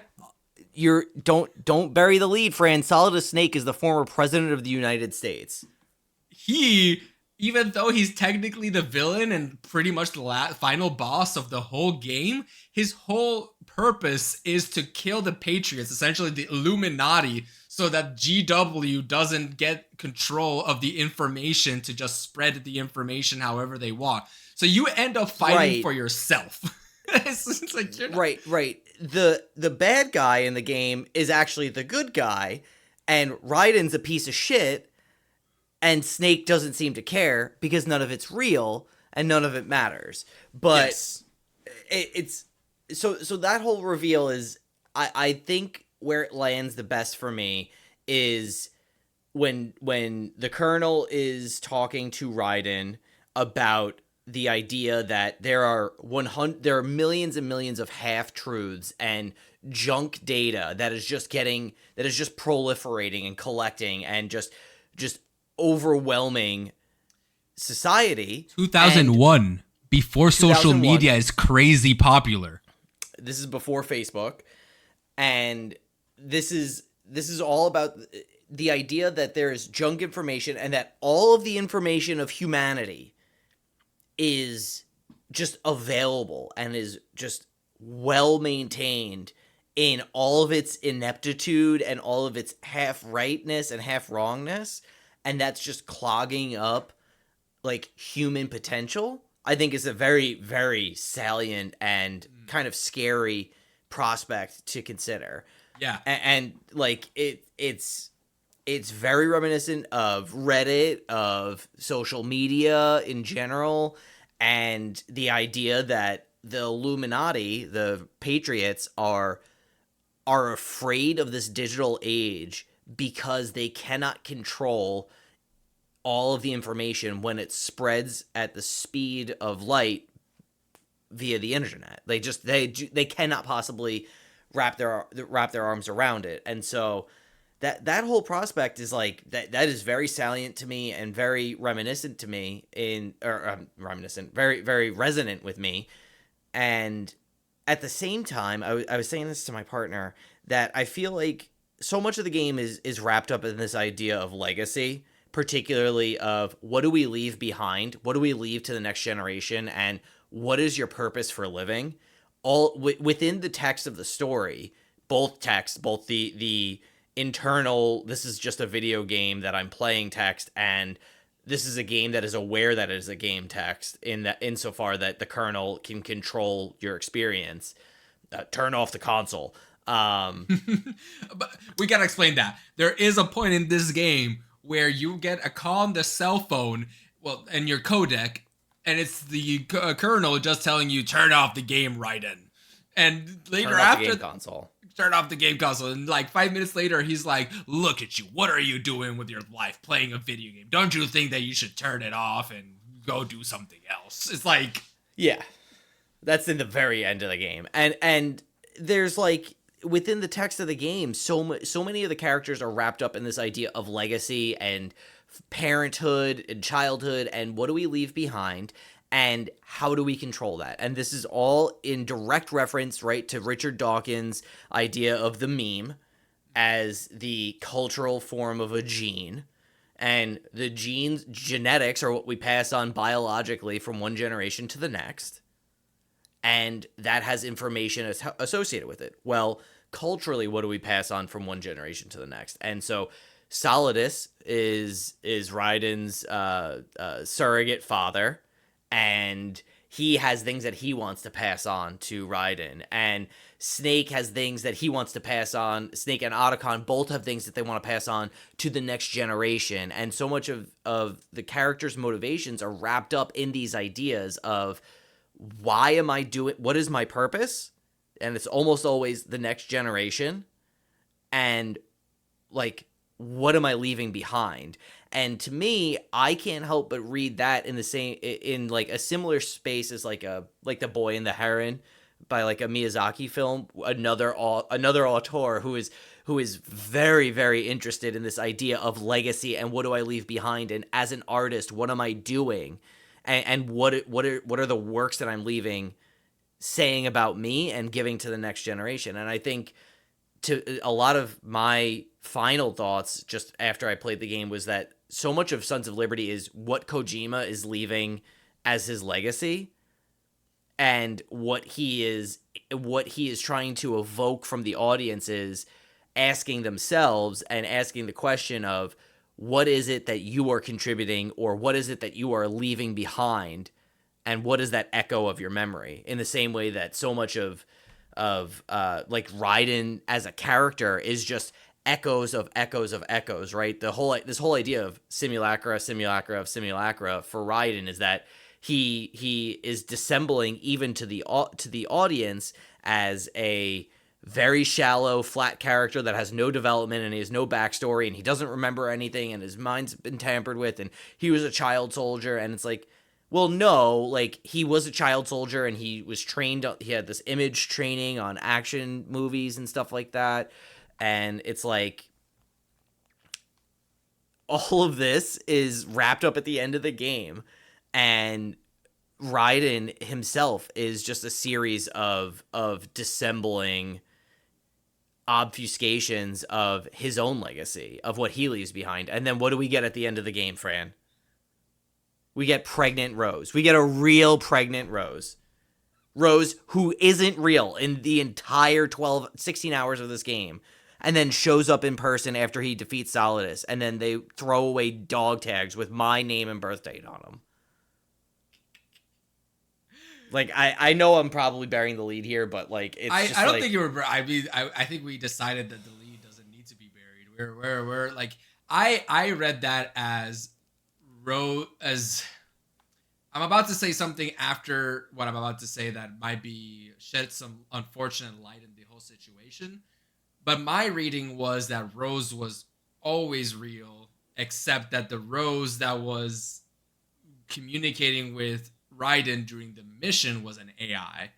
So the entire game, Rose is an AI. Yes. But is a real person. Is a real person that he's been dating outside of other thing. I don't know if that's canon. That's how I read it. That's your reading. Honestly, Rose is such a wet rag of a character that I'm like, yeah. I'm so bored with that character that I didn't even that entire like experience was so I didn't want to save the game. It was so painstaking. Listen, the reason you didn't want to save the game is because Rose in Metal Gear Solid 1 and Metal Gear Solid 2, you need to call in your codec a specific character to save your game. The first game is Naomi, who is a cool like tactician woman that isn't it Mei Ling? Mei Ling, yeah. Naomi is the doctor. My bad.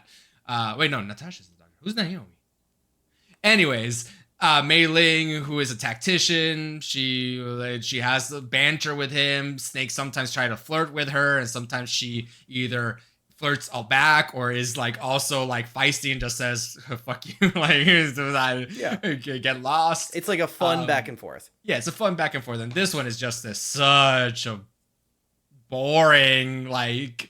Oh. At the beginning of the game, when you save as Snake on the tanker, you call Otacon, and he does the Mei Ling thing where he reads back proverbs and shit to you, and it's just like so silly and like fun. It like lightens the mood because he doesn't know what he's doing. He even like interprets some of the proverbs incorrectly, and is like, you know what? I'm gonna go with that because I'm a genius, so I think I should know what this means. Yeah, of course that's got to be what it is. And what happens when you call Rose? Do you remember what November 4th? April 30th. April 30th. I will not forget that date for the rest of my life now. Do you know, Jack? I mean, Raiden, what April 30th is? No, Jack, I don't. why don't you let me into your life? Jack, why did you leave the bedroom when we slept together that first night? Jack, I thought you were cheating on me, Jack. And it's just like it's this will they won't they. Well, I guess it's they will. It's just like you're listening to like the most pedantic and like banal like internal conversations of like a couple that sounds like they should break the fuck up. Yeah. Honestly, they should, just because Raiden has some therapy to do. He's kind of I have a room where I go to sleep in that is completely barren except a bed on the floor. And that's the only way I can go to sleep. It's like, that seems like you have some hangups that you should, maybe talk to someone about. I guess in defense, I guess I'll do this. In defense of Rose in the game, if we're assuming that Rose in the game is an AI, I don't anticipate that an AI would have a very good sense of how to behave like a human. Fair. So I'll give that one. I'll give that one back. But I wanted to mention about go back to the grand game plan because Oh yeah. Let's do that. there is some. We don't need to go through all of it, but there is one piece of information that makes me wonder, and this is one of the questions that I would ask Kojima about if I ever interview him about Metal Gear Solid 2. So I'm gonna start this open with a little bit more of levity, saying that the original game title was Metal Gear Solid 3. What? Or more appropriately, Metal Gear Solid III. So three Roman numerals. The idea in Kojima's head was, quote, the question in people's minds, why is it 3 and not 2, will have a big impact. But this being a Kojima game in a Kojima style, the 3 Roman numerals actually have a symbolism for something else. They symbolize the 3 tallest skyscrapers in Manhattan. Yeah. And you might see where this is going, given that this game released in November of 2001. We later read on, if you read a lot of this game design document, there is a lot of unfortunate first drafts of who the main villain is. It was either going to be North Korea or Iraq. And wow. Yes. And wow. The original story was that North Korea or Iraq was developing their Metal Gear after the Shadow Moses incident that was leaked, and the leak was on purpose and yada, yada, yada. Yeah. There's some like spoiler stuff there. But the US, without evidence that Iraq or North Korea is actually building the Metal Gear, starts doing airstrikes and attacking Iraq or North Korea. Oh my god. And the game was supposed to end with Arsenal Gear smashing into the side of Manhattan, leveling half the city. So we unfortunately have a Spider-Man 2, Spider-Man 1 issue here, where in the original marketing device of Spider-Man 1, if you don't know about this, was that there was going to be a spider web between the two towers, the Twin Towers. And obviously the horrific terrorist attacks happened. And so they removed that marketing piece and changed it with like the American flag and all these different things, more patriotism. I wonder how much of the Metal Gear Solid 2 story was impacted by this. Like, on the one hand, the game released in November, so that feels like a little bit close. That's only 2 months, right? September, October, November, to really change things too much. But I don't know about you.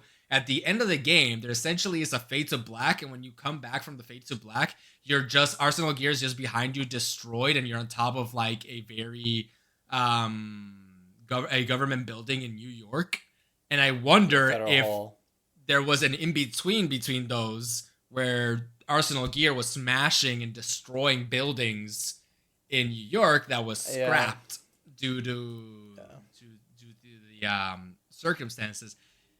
And I wonder how much of the story actually changed, or how much of the editing around it changed such that we need this to have more of a positive light. Maybe the Rose scene didn't exist at the very end, but they wanted to have a more positive, uplifting story for Raiden at the end. Maybe there's a lot of things here that they were in too deep to change, to scrap the whole idea and change everything. Yeah. But there's enough time, a couple months is enough time to make small changes here and there to try to like make things a little bit more synthesized, empathetic to the current situation, especially since America was one of the big big audiences that they were looking for with this. Right. So like their target audience was the United States. So even in like the presentation of the game, not knowing it, I didn't know any of that. Yeah. The game's really only interested in the idea of the United States as the main backdrop player politically, even because the only references to Russia are Gurlukovich, and the Gurlukovich mercenary squad are like an extra national group at this point. Yeah. And luckily, the plant chapter happens enough offshore that you don't really get the backdrop of Manhattan. Technically, this plant is in Bay near New York. It's in the East River, I think. It's in the East or River? It's in the, yeah, I think that's where it is. So the whole story, in fact, the whole game design document talks about how the setting of the game is Manhattan. Like, this is where the game is going to take place.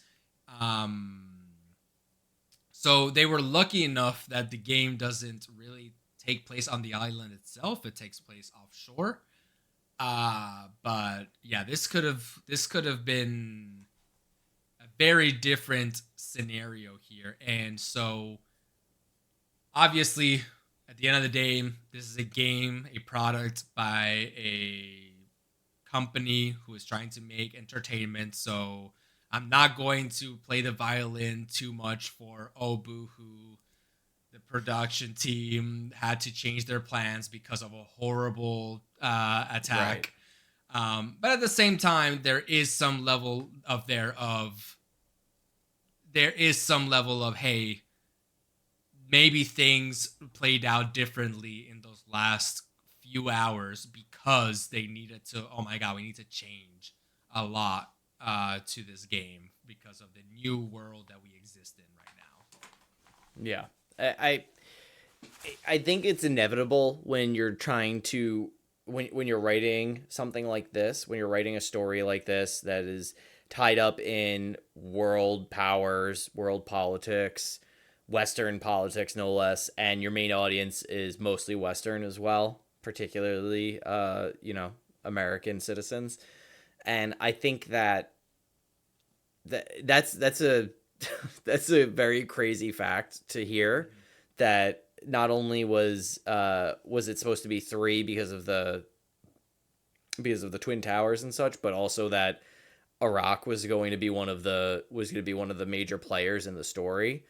And this, I mean, if this was in development for 2 years, it started in 1999.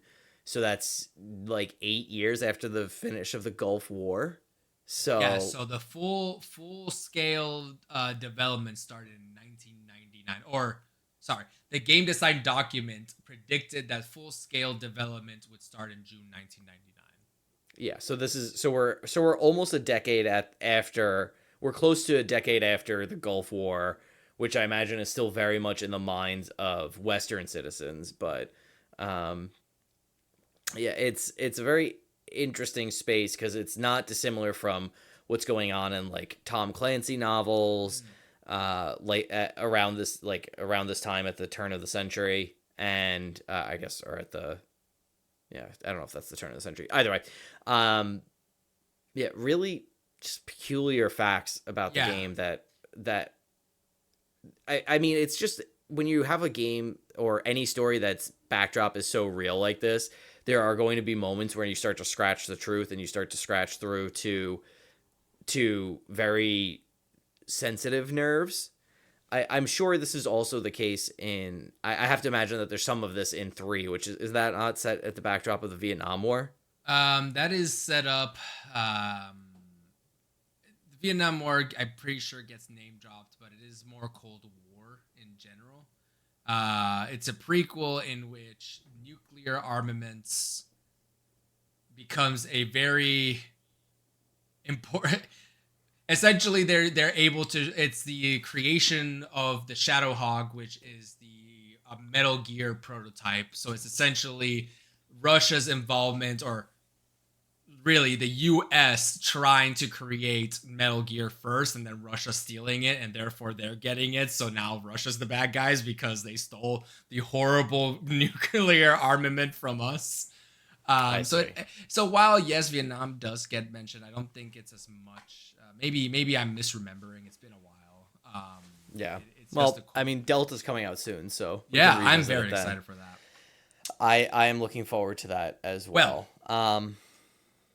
Would you like a lightning round to be a bit more, bring up the levity a little bit of like this game design document? We're gonna hit you with the fun ones because there's a lot of good stuff in here. So there's a lot of conversation. Kojima writes pretty much like a manifesto on sequels. sequels and the nature of sequels, so to speak. He says that Metal Gear Solid 2, we are aiming to preserve as much as possible from the pros and effects of a sequel, while at the same time creating content that makes the game easily accessible for new players. And to that end, he does a lot of research in RPGs, 3D action games, and other genres. He says a lot of RPGs, they don't have to worry so much about sequels because the story resets itself after every title. He's talking about Dragon Quest, Final Fantasy, games like those. 3D action games, he does mention that while the sequels are technically direct sequels and the characters are in those sequels, for the most part, the sequel is a wholly new story with a wholly new villain. So you don't really need to know about the first game or the first story to kind of like take into account the second story. It's kind of like your Mission Impossibles, your James Bonds, where the same characters over and over again, but the story is so different, and so like you don't need to know about the previous story to enjoy this one. Enjoy the next one. So very much the whole idea about the tanker mission and the plant mission was to that end. He wanted to create a story mission, have new players and old players start the game differently. Old players would play the tanker mission, in which pretty much there is no tutorial except for some new tidbits here and there, and new players would start in a more earlier in the plant mission where there was a tutorial where they would explain the game a little bit more. Their whole reason about this is Kojima is really in his head about Snake cannot go through a tutorial. He already knows all this stuff. That doesn't make any narrative sense if he were to be told how to crouch to dodge and all these different things. So the idea was we have Snake for the old players. They'll play it, have fun, see Snake, have their hopes and dreams die when he dies, except he doesn't. And then have Raiden be for the new players, which, speaking of Raiden, Snake is for boys, Raiden is for girls. I mean, that's obvious, isn't it? Isn't yeah. it just? Hey, listen. I love me a twink. I love twinks. God, I love Titus. Listen. Oh my god. I love me these characters. Personally, Raiden doesn't do it for me. Raiden is just, I don't know what it is about him. He's just. I think Brian said to me said the exact opposite thing to me. Really? Talking about Raiden, yeah. So. Wow. Okay. Well, different strokes for different folks, I guess. So it is. So it is apparently one of the big reasons why Raiden was created that way was because Kojima, through playtesting and debugging, apparently some women mentioned that it's weird that we only get to play as a rugged, old-looking guy. I'm all for a diversity of looks, but sure. I do feel that maybe Raiden he's very different from Snake. Mm-hmm. Still kind of very stereotypically an action hero. They should have made him a woman. Just make Raiden. Just make this the Metal Gear Solid 2 character. I think there's some very. I was not planning on getting into it, but I think there's some very unfortunate sexism in the story. Yeah, I don't even want to mention it. Like, we know what we're talking about. People who've played the game know what we're mentioning about. I don't even want to say it. It's dirty. I know. I just there's a lot of it. There's a lot of male chauvinism in it, and I don't think we'd really be doing our jobs very well if we don't at least mention it. It's okay. It's I don't want to. We don't need to get into details or anything like that. I will just mention that it's there. It's unfortunate. Characters will say stupid stuff. One of the things, I actually turned to my partner and I during the heartbeat directional mic sequence where you have to find a character in a room of hostages and you have to figure out which one is the bodyguard of the president. And the only way you can find this out is by using a directional mic to listen to hear who has the pacemaker. And I looked at my partner and I said, "I'm going to bet you $5 right now that it is not any of the women in this room." Oh yeah. Yeah. And yeah. of course it was the white guy. But Yeah. I do think that it's probably both a product of its time and a lot of other things that it sucks. It's there though. So I mean, I think that it is definitely a like sexism of its time, even in the ways that even if you're trying to be appealing to what you stereotypically would say is appealing to a certain gender, you're still being sexist by doing that. Like, just because you create a character that's supposed to be, oh, the character will be more appealing to women, that in and of itself is a sexist like standpoint to take. The whole thing is the male gaze. I think at no point in time is Raiden perceived through the female gaze. Oh, so it's like the whole thing's the male gaze. We live in ideology, but anyway. Levity. Going back to levity. Let's go. So there was a point in time where they there's a point in the game where the plant gets halfway like submerged underwater because of some explosions and stuff like that. Right. Apparently there was a desire early on that the bodies of the hostages that died in that in the submersions of underwater, like some people would die, their blood would be seeping out. We see Stillman at one point, his dead body. Apparently, those could be seen in the floating water as you're swimming through these crimson red bloody waters, and there would be sharks that would be yeah, that's right. A James Bond sort of story, levity kind of thing of like, now Raiden needs to fight sharks.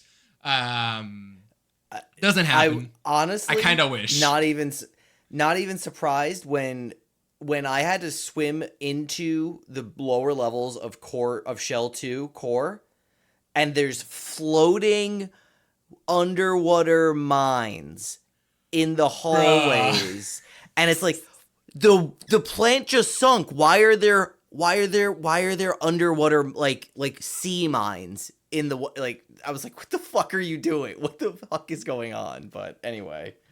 There was a desire for multiplayer in this game. There was going to be a 2-player split screen in MGS2. That actually sounds kind of sick. The reasoning was Kojima said, and quotes, an examination of successful titles in America makes it clear that an essential mode for this type of game. So essentially just saw Americans love their split screen shooting games. We live in ideology. We gotta bring it. Yeah, and he says that here, and then he doesn't do it in MGS3. I think it does. We do get a multiplayer in 5, right? We get an async multiplayer sort of thing where you can affect each other, but you don't really directly affect each other, I think. Maybe and then he goes in. What? Maybe I just didn't play as much of those features. It's probably just that, but but then we get Death Stranding, and we're all alone forever. Well, there's some notes, you know. There's some like souls, you know, messages. Oh yeah. You can talk to. That's essentially what I think Metal Gear Solid 5 has almost. Couple other things, fun stuff. I guess we never mentioned what the Sons of Liberty even means in this game. So here you go. The Sons of Liberty was going to be a new population, a new country created after Solidus, after being the good guy, decides to use Arsenal Gear and Metal Gear to launch a nuke, not to destroy a city, but to create an EMP to essentially destroy all digital and tool Arsenal Gear in the process. The AI would be killed in the process, and just destroy a bunch of technology, reset a bunch of like all of Manhattan is reset, and the whole population would be under his wing and become a new country, and those would be the Sons of Liberty. That's what the Sons of Liberty name comes from. I just want to say that it is so indicative of what's going on in Sons of Liberty that we didn't even talk. We've talked like maybe 1 minute about Solidus Snake. We have talked maybe 1 minute about it. There's so much going on in this game, and he is the main villain of the story. He is purported to be Solid Snake for the first half of the game. We have not mentioned the fact that Snake shows up and presents himself to Raiden as Iroquois Pliskin. There's so much going on. This game is so lost in the sauce. There's so much going on. Otacon's sister pisses herself just like Otacon pisses himself the first time you meet them. It's like Otacon's sister poetry. is so lonely that she keeps a parrot as a pet so she has someone to talk to. And then sad. all that parrot does is make Otacon cry. We have a manly handshake between Otacon and Snake. That's the best. The best. Honestly, here's another problem that I have. The game always gives you an inkling of what could have been. Like, Solid Snake is doing something in the background while you're doing all your stuff. And there's actually a game mode. If you look into Metal Gear Solid 2, there's actually another game called Snake Stories, which is essentially you are playing the stuff that Snake actually did during the time that Raiden is doing stuff. Yeah, it's a lot less budget because there's no voice acting. There's like it's much more of an afterthought. But essentially, it goes to show you that we didn't need to switch over to Raiden. In fact, we could have made it maybe this would have been cool. Choose your own story. Choose who you want to play as, Snake or Raiden. But this is me going back to Fran asked for more than what was given, and that seems unfair. So I'll stop there. Can I interject again? I'm sorry, but no, please. There's so much. This is the lightning round. Say whatever you want to say. Something that stuck out to me is that I feel like Kojima, who we know is a nerd, right? This is like it's pretty well established. I feel like Kojima read a lot of JoJo's Bizarre Adventure. Oh, 100. He read so much JoJo's Bizarre Adventure because when Liquid Snake takes over Ocelot Revolver's body via his hand, that is 100% Dio taking over Jonathan's body. The handshake between Snake and Otacon is 100% the handshake between Polnareff and Kakyoin in Stardust Crusaders. Like there's moments in this game that I'm playing, I'm like, I feel like it's just JoJo's Bizarre Adventure again. Immediately Googled it. First thing, tweet from Kojima. Him posing his character of Metal Gear Solid and his only comment standing like JoJo. Amazing. That's all we need to know. Yeah. He's taking his figurines and posting them as JoJo characters. I guess at the end of the day, it all comes back to Araki. Araki, because manga was a mistake. No, that one was not. That one was not.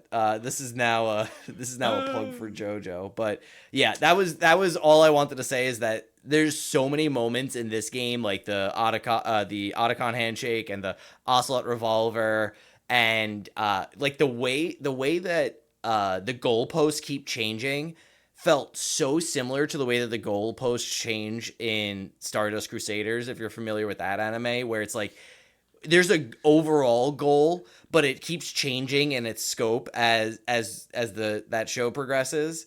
And there's elements of I guess the joke in that series is who could possibly be a stand user, and it's always the person that's wearing like bright pink in a sea full of normal people. But my favorite is the one of Lil Nas X and the creator. What's his first name? Stanley the creator. Tyler the creator. Standing next to Stanley. Now he's Stanley. Standing next to each other, and Tyler, as the creator, is always kind of like dumpy looking sometimes in his picture. And Lil Nas X is dressed in full Egyptian like garb, like doing a point, and it's like the user and the stand user and his stand. Yeah, I kind of want it on live action now, and I want those to be the actors. Yeah. I mean, there's a lot of similarities, at least I'd say, in like the first three sections of JoJo. Now that I'm starting to think about it, really seems like MGS1 and MGS2 is like there's a lot like the way that like the magical realism in JoJo's, which goes way way way deeper, is only sort of like hinted at by Kojima in the way that like Foxhound has like, there's ninjas and there's mechs and there's psychics and there's like vampires.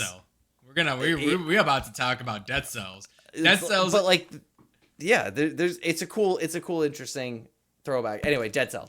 Because Dead Cells had 5 members. For those of you who don't know, Dead Cells is essentially kind of like the minor bosses of MGS2. They're the military group that's partially taking over the big shell. Yeah, and there's 5 characters. The Fortune, she probably the coolest character. I felt really bad when Jason mentioned, wow, this is actually a really cool woman character. And then I was thinking in the back of my head, well, too bad that all the cool women characters die. In fact, there's only like 3 deaths in the game, and they're all women. So, yeah, she also does not pass the Bechdel test. She only talks about men. She definitely does not. And dying, which both horrible topics, honestly. Don't talk about men. Yeah.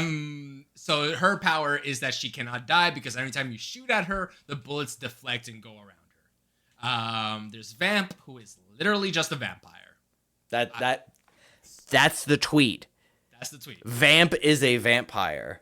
And then there's the last one, which if you notice, these first 2 have powers that are like mythological. The last one is called Fat Man, whose mystical power is that he does grenades really good. He does bombs the best, actually. He does bombs the best. And Jason hated this boss and hated this character. He rollerblades all over the place in a full-on explosive like diffusion bomb suit, and I love it. I think he was the best character in the game. So Fat Man, when I read the game as JoJo adjacent, is fantastic. But the problem I had with Fat Man is very simply that the longest portion of the tanker storyline that is the most boring is the beginning, where Fat Man has planted C4 all over the ship, and you have to use a coolant spray to freeze these bombs, and you have to go around the ship and find these bombs and spray on them, and it takes forever. The conversations you have with the character Peter Stillman are so boring and feel so meaningless. And there's just like I believe this is probably part of his design, of Kojima's design, but there is so much like narrative pressure telling you that this is nowhere near the A plot. This is so minor. Like it just feels so obvious to anyone who has played a video game that this is just not an A plot by any means. This is like a mini boss of a mini boss. This is like teaching you how to mini boss, more or less. And then it just turns out just to be like a red herring of the first half of the game. And it just takes so long. And then it ends on that stupid fight. And I hated that fight. Oh, I love that fight. That fight is great. You cannot convince me otherwise. I wouldn't dare to. The last 2 characters, pardon for these names, but the last 2 characters is Chinaman. Yeah, that one's not good. And Old Boy. The former is a martial artist with the ability to control his body weight through Qigong, Qigong. Yeah, I think that's right. Allowing him to walk on water, which is a power that eventually was ported over to Vamp. And the latter's a Nazi. What? That's it. That's the tweet. It's literally, there's like a whole paragraph about the Chinaman and like what his abilities are, whatever. And then Old Boy, he's a 100-year-old guy who was a Nazi. He's very smart. Kill him. It's literally like God. 3 sentences long. I don't appreciate either of those characters. Dead Cell is so interesting to me when Ocelot hangs his hat on the fact that all of the Big Shell experience is simply a training simulation of it's a training simulation that everything has been orchestrated to directly copy Shadow Moses, right? And so Dead Cell were the only freaks they could find that were similar to Foxhound, who are all freaks. But that all takes place during the portion of the game where you're led to believe that everything that's happening is still real. Yes. But don't worry, it's finally real when you have a sword fight with Solidus on the top of the roof of the destroyed Federal Hall in his U.S. military power armor suit, and then he just simply falls and dies off of a building, and that's it. That part, and he has Doc Ock arms. Yeah, he has the 2 Doc Ock arms. Yes, that shoot missiles. That shoot missiles. It's still lost to one of my favorite points. One of my favorite things that Super Bunnyhop pointed out in his video is that the game is like completely drops the aesthetic of being a stealth tactical espionage action game at the end once you finally finish being Naked Raiden, and Which realize we didn't mention, you do see Naked Raiden and you get to see his Gucci. Well, it's all just a throwback to when Snake gets captured in Shadow Moses Island. But you don't get to see Snake's Gucci, though. No, you do not. But notably, when Raiden is captured and he gets out and he's free and he's naked, he's constantly covering up his his genitals, and there's a really interesting reading there in that Raiden is his own person who is self-aware within the game, and so he is embarrassed by being exposed. Fair. That's also why you have to take cold medicine to stop from sneezing because it's so cold, because you don't actually have control over Raiden. You're just guiding him, just like the Patriots are guiding everyone else. But there's a scene in the tunnel where he gets all of his gear back, and Snake gives him his gear back and tells him, we're going to have to fight our way through. And he goes, what if we run out of ammo? And Snake goes, infinite ammo, Raiden. And he's wearing the bandana that gave him infinite ammo in MGS1. And then you get into the next room and you're forced by invisible walls you just have to shoot 1,000,000 of these cyber ninjas to death. Hundreds of them. So it's no longer a stealth game. Not to go really quickly aside for the infinite ammo, David Hayter is such a good voice actor that even though it is supposed to be a joke, it feels like even in the narrative, Snake is telling that joke for real. Somebody literally just asks, are you going to run out of bullets? And he's just joking with it. I'm like, oh yeah, sure, I have infinite ammo. Don't worry about it, idiot. It feels so natural. But then he does. He drops ammo for the rest of this section. But he's such a good voice actor that he threads the line between this is a fourth wall meta breaking joke and it's also a in-world universe joke that actually lands, and it's just David Hayter's is iconic for a reason, and that's one of them for certain. But yeah, that whole sequence at the end, it just turns into an action game. There's no stealth involved. There's no cover involved. Even up to the point, this is not including the fact that your codec's going crazy and the colonel's going nuts and saying all this weird shit to you, and there's lines of code. Is that what that's from? Is that why that's a thing? The lalilulelo. Yeah. You don't know the lalilulelo, bro? I don't. Get out of here. Doesn't even know the secret U.S. mission project called the lalilulelo. That's where I'm from. Yeah, all of that being said, and it just stops being an action game because it's not actually, or it stops being a stealth game because it's not actually a stealth game because games don't exist. But this is just, it's only a game because you're playing it. The only thing that matters is the context that you have while you're perceiving it. in this way, it is Duchamp's The Fountain, or Liechtenstein's The Ray Gun, and stuff like that. Yeah, that was just like, there's a lot of cool stuff going on here, and Dead Cell's great to a degree, but at the same time, I don't know, like, it's this is easily the hardest game to talk about that we've covered. Yeah, I agree. We could probably talk for another hour and still not go through everything that happens from a perspective of just every character.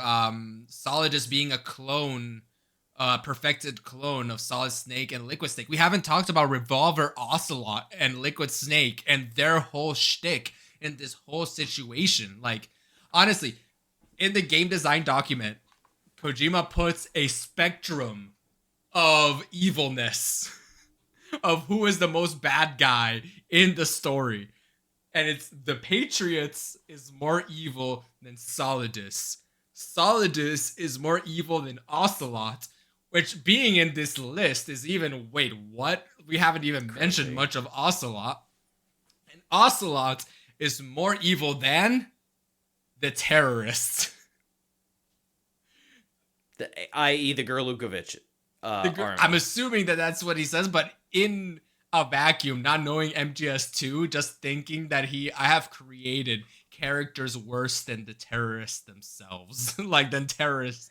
It's like, it's okay, so buddy. bizarre. Like, it's I part of what makes it so difficult for me to talk about this game is that, like, the feeling I had after I finished it is that the least important thing about this video game is everything that happens in the video game. Yeah. It's just like the video game of it all feels so unimportant, which is why I think our conversation today has really just been uninterested in talking about the video game outside of its design history, its production history, and Kojima. What have we talked about? We've talked about Kojima. We've talked about the ending, like, of the game being a metafictive, like, fourth wall breaking, postmodern experience, which in a vacuum is great until you realize the other 13 to 15 hours of gameplay that you actually have to play is gameplay, which is rough. It's like how, I think it was in the 80s. There's an old TV show called Dallas, and it was like a drama, and it's famous in the gestalt in pop culture because the last episode of that show ends with one of the main characters waking up from a dream and going back and everything's normal, and the whole show, like 8 seasons of the show or something, were just a dream. Nothing mattered, nothing was real. And so it frustrated viewers and fans at the time because it made them feel like they had invalidated all of those years of being a fan and watching the show and seeing the characters develop, because it kind of undoes it all. Obviously, that's not the case. The most important takeaway I have from, like, real, true postmodern interpretations, my postmodern interpretation of this story is one of the more quintessential postmodern readings, which is just simply that the only meaning that matters is the meaning that you make. So much of postmodern literature and art is wrapped up in this idea that nothing has any inherent meaning, and therefore the only meaning that matters is the meaning that you make. And some works of literature, Breakfast of Champions, Duchamp, and all these different eras of postmodern writing are contending with this fact that there is probably no inherent meaning to the world, which means that you have to make your own. And some works get that far and some don't. And I think Kojima is just feathering the line here between none of it matters because it's all a video game and it's all digitized and it's all data, and data is moving so fast that it's beyond our control, and yet at the same time the only thing that matters is the context in which you're perceiving the game, because that is what's creating all of the impact of Sons of Liberty. And yet at the same time, everything that matters is your experience with it. That's why when you play the game again, you can get additional callbacks. You can get additional content that you wouldn't have seen the first time you played it. Like it's also reveling in the fact that you can re-experience it and then recontextualize your experience of it on the second playthrough, on the third playthrough. I honestly, I think that's the crux of it. I don't think I want to even add more to that. I think that's it. that's the tweet? Well, I mean, this is a little bit more than 240 characters, but That's the blog post. That's the podcast. that's the Substack blog. Yeah, that's the blog. All right. Well, I think that's a good point to end it here. Then, I will. Let's just do our socials. So, you can find me on twitch.tv/useyouritems. We are streaming there once a month, right? Is that our new schedule? Fran's the keeper of the schedule. I just do what he tells me to do.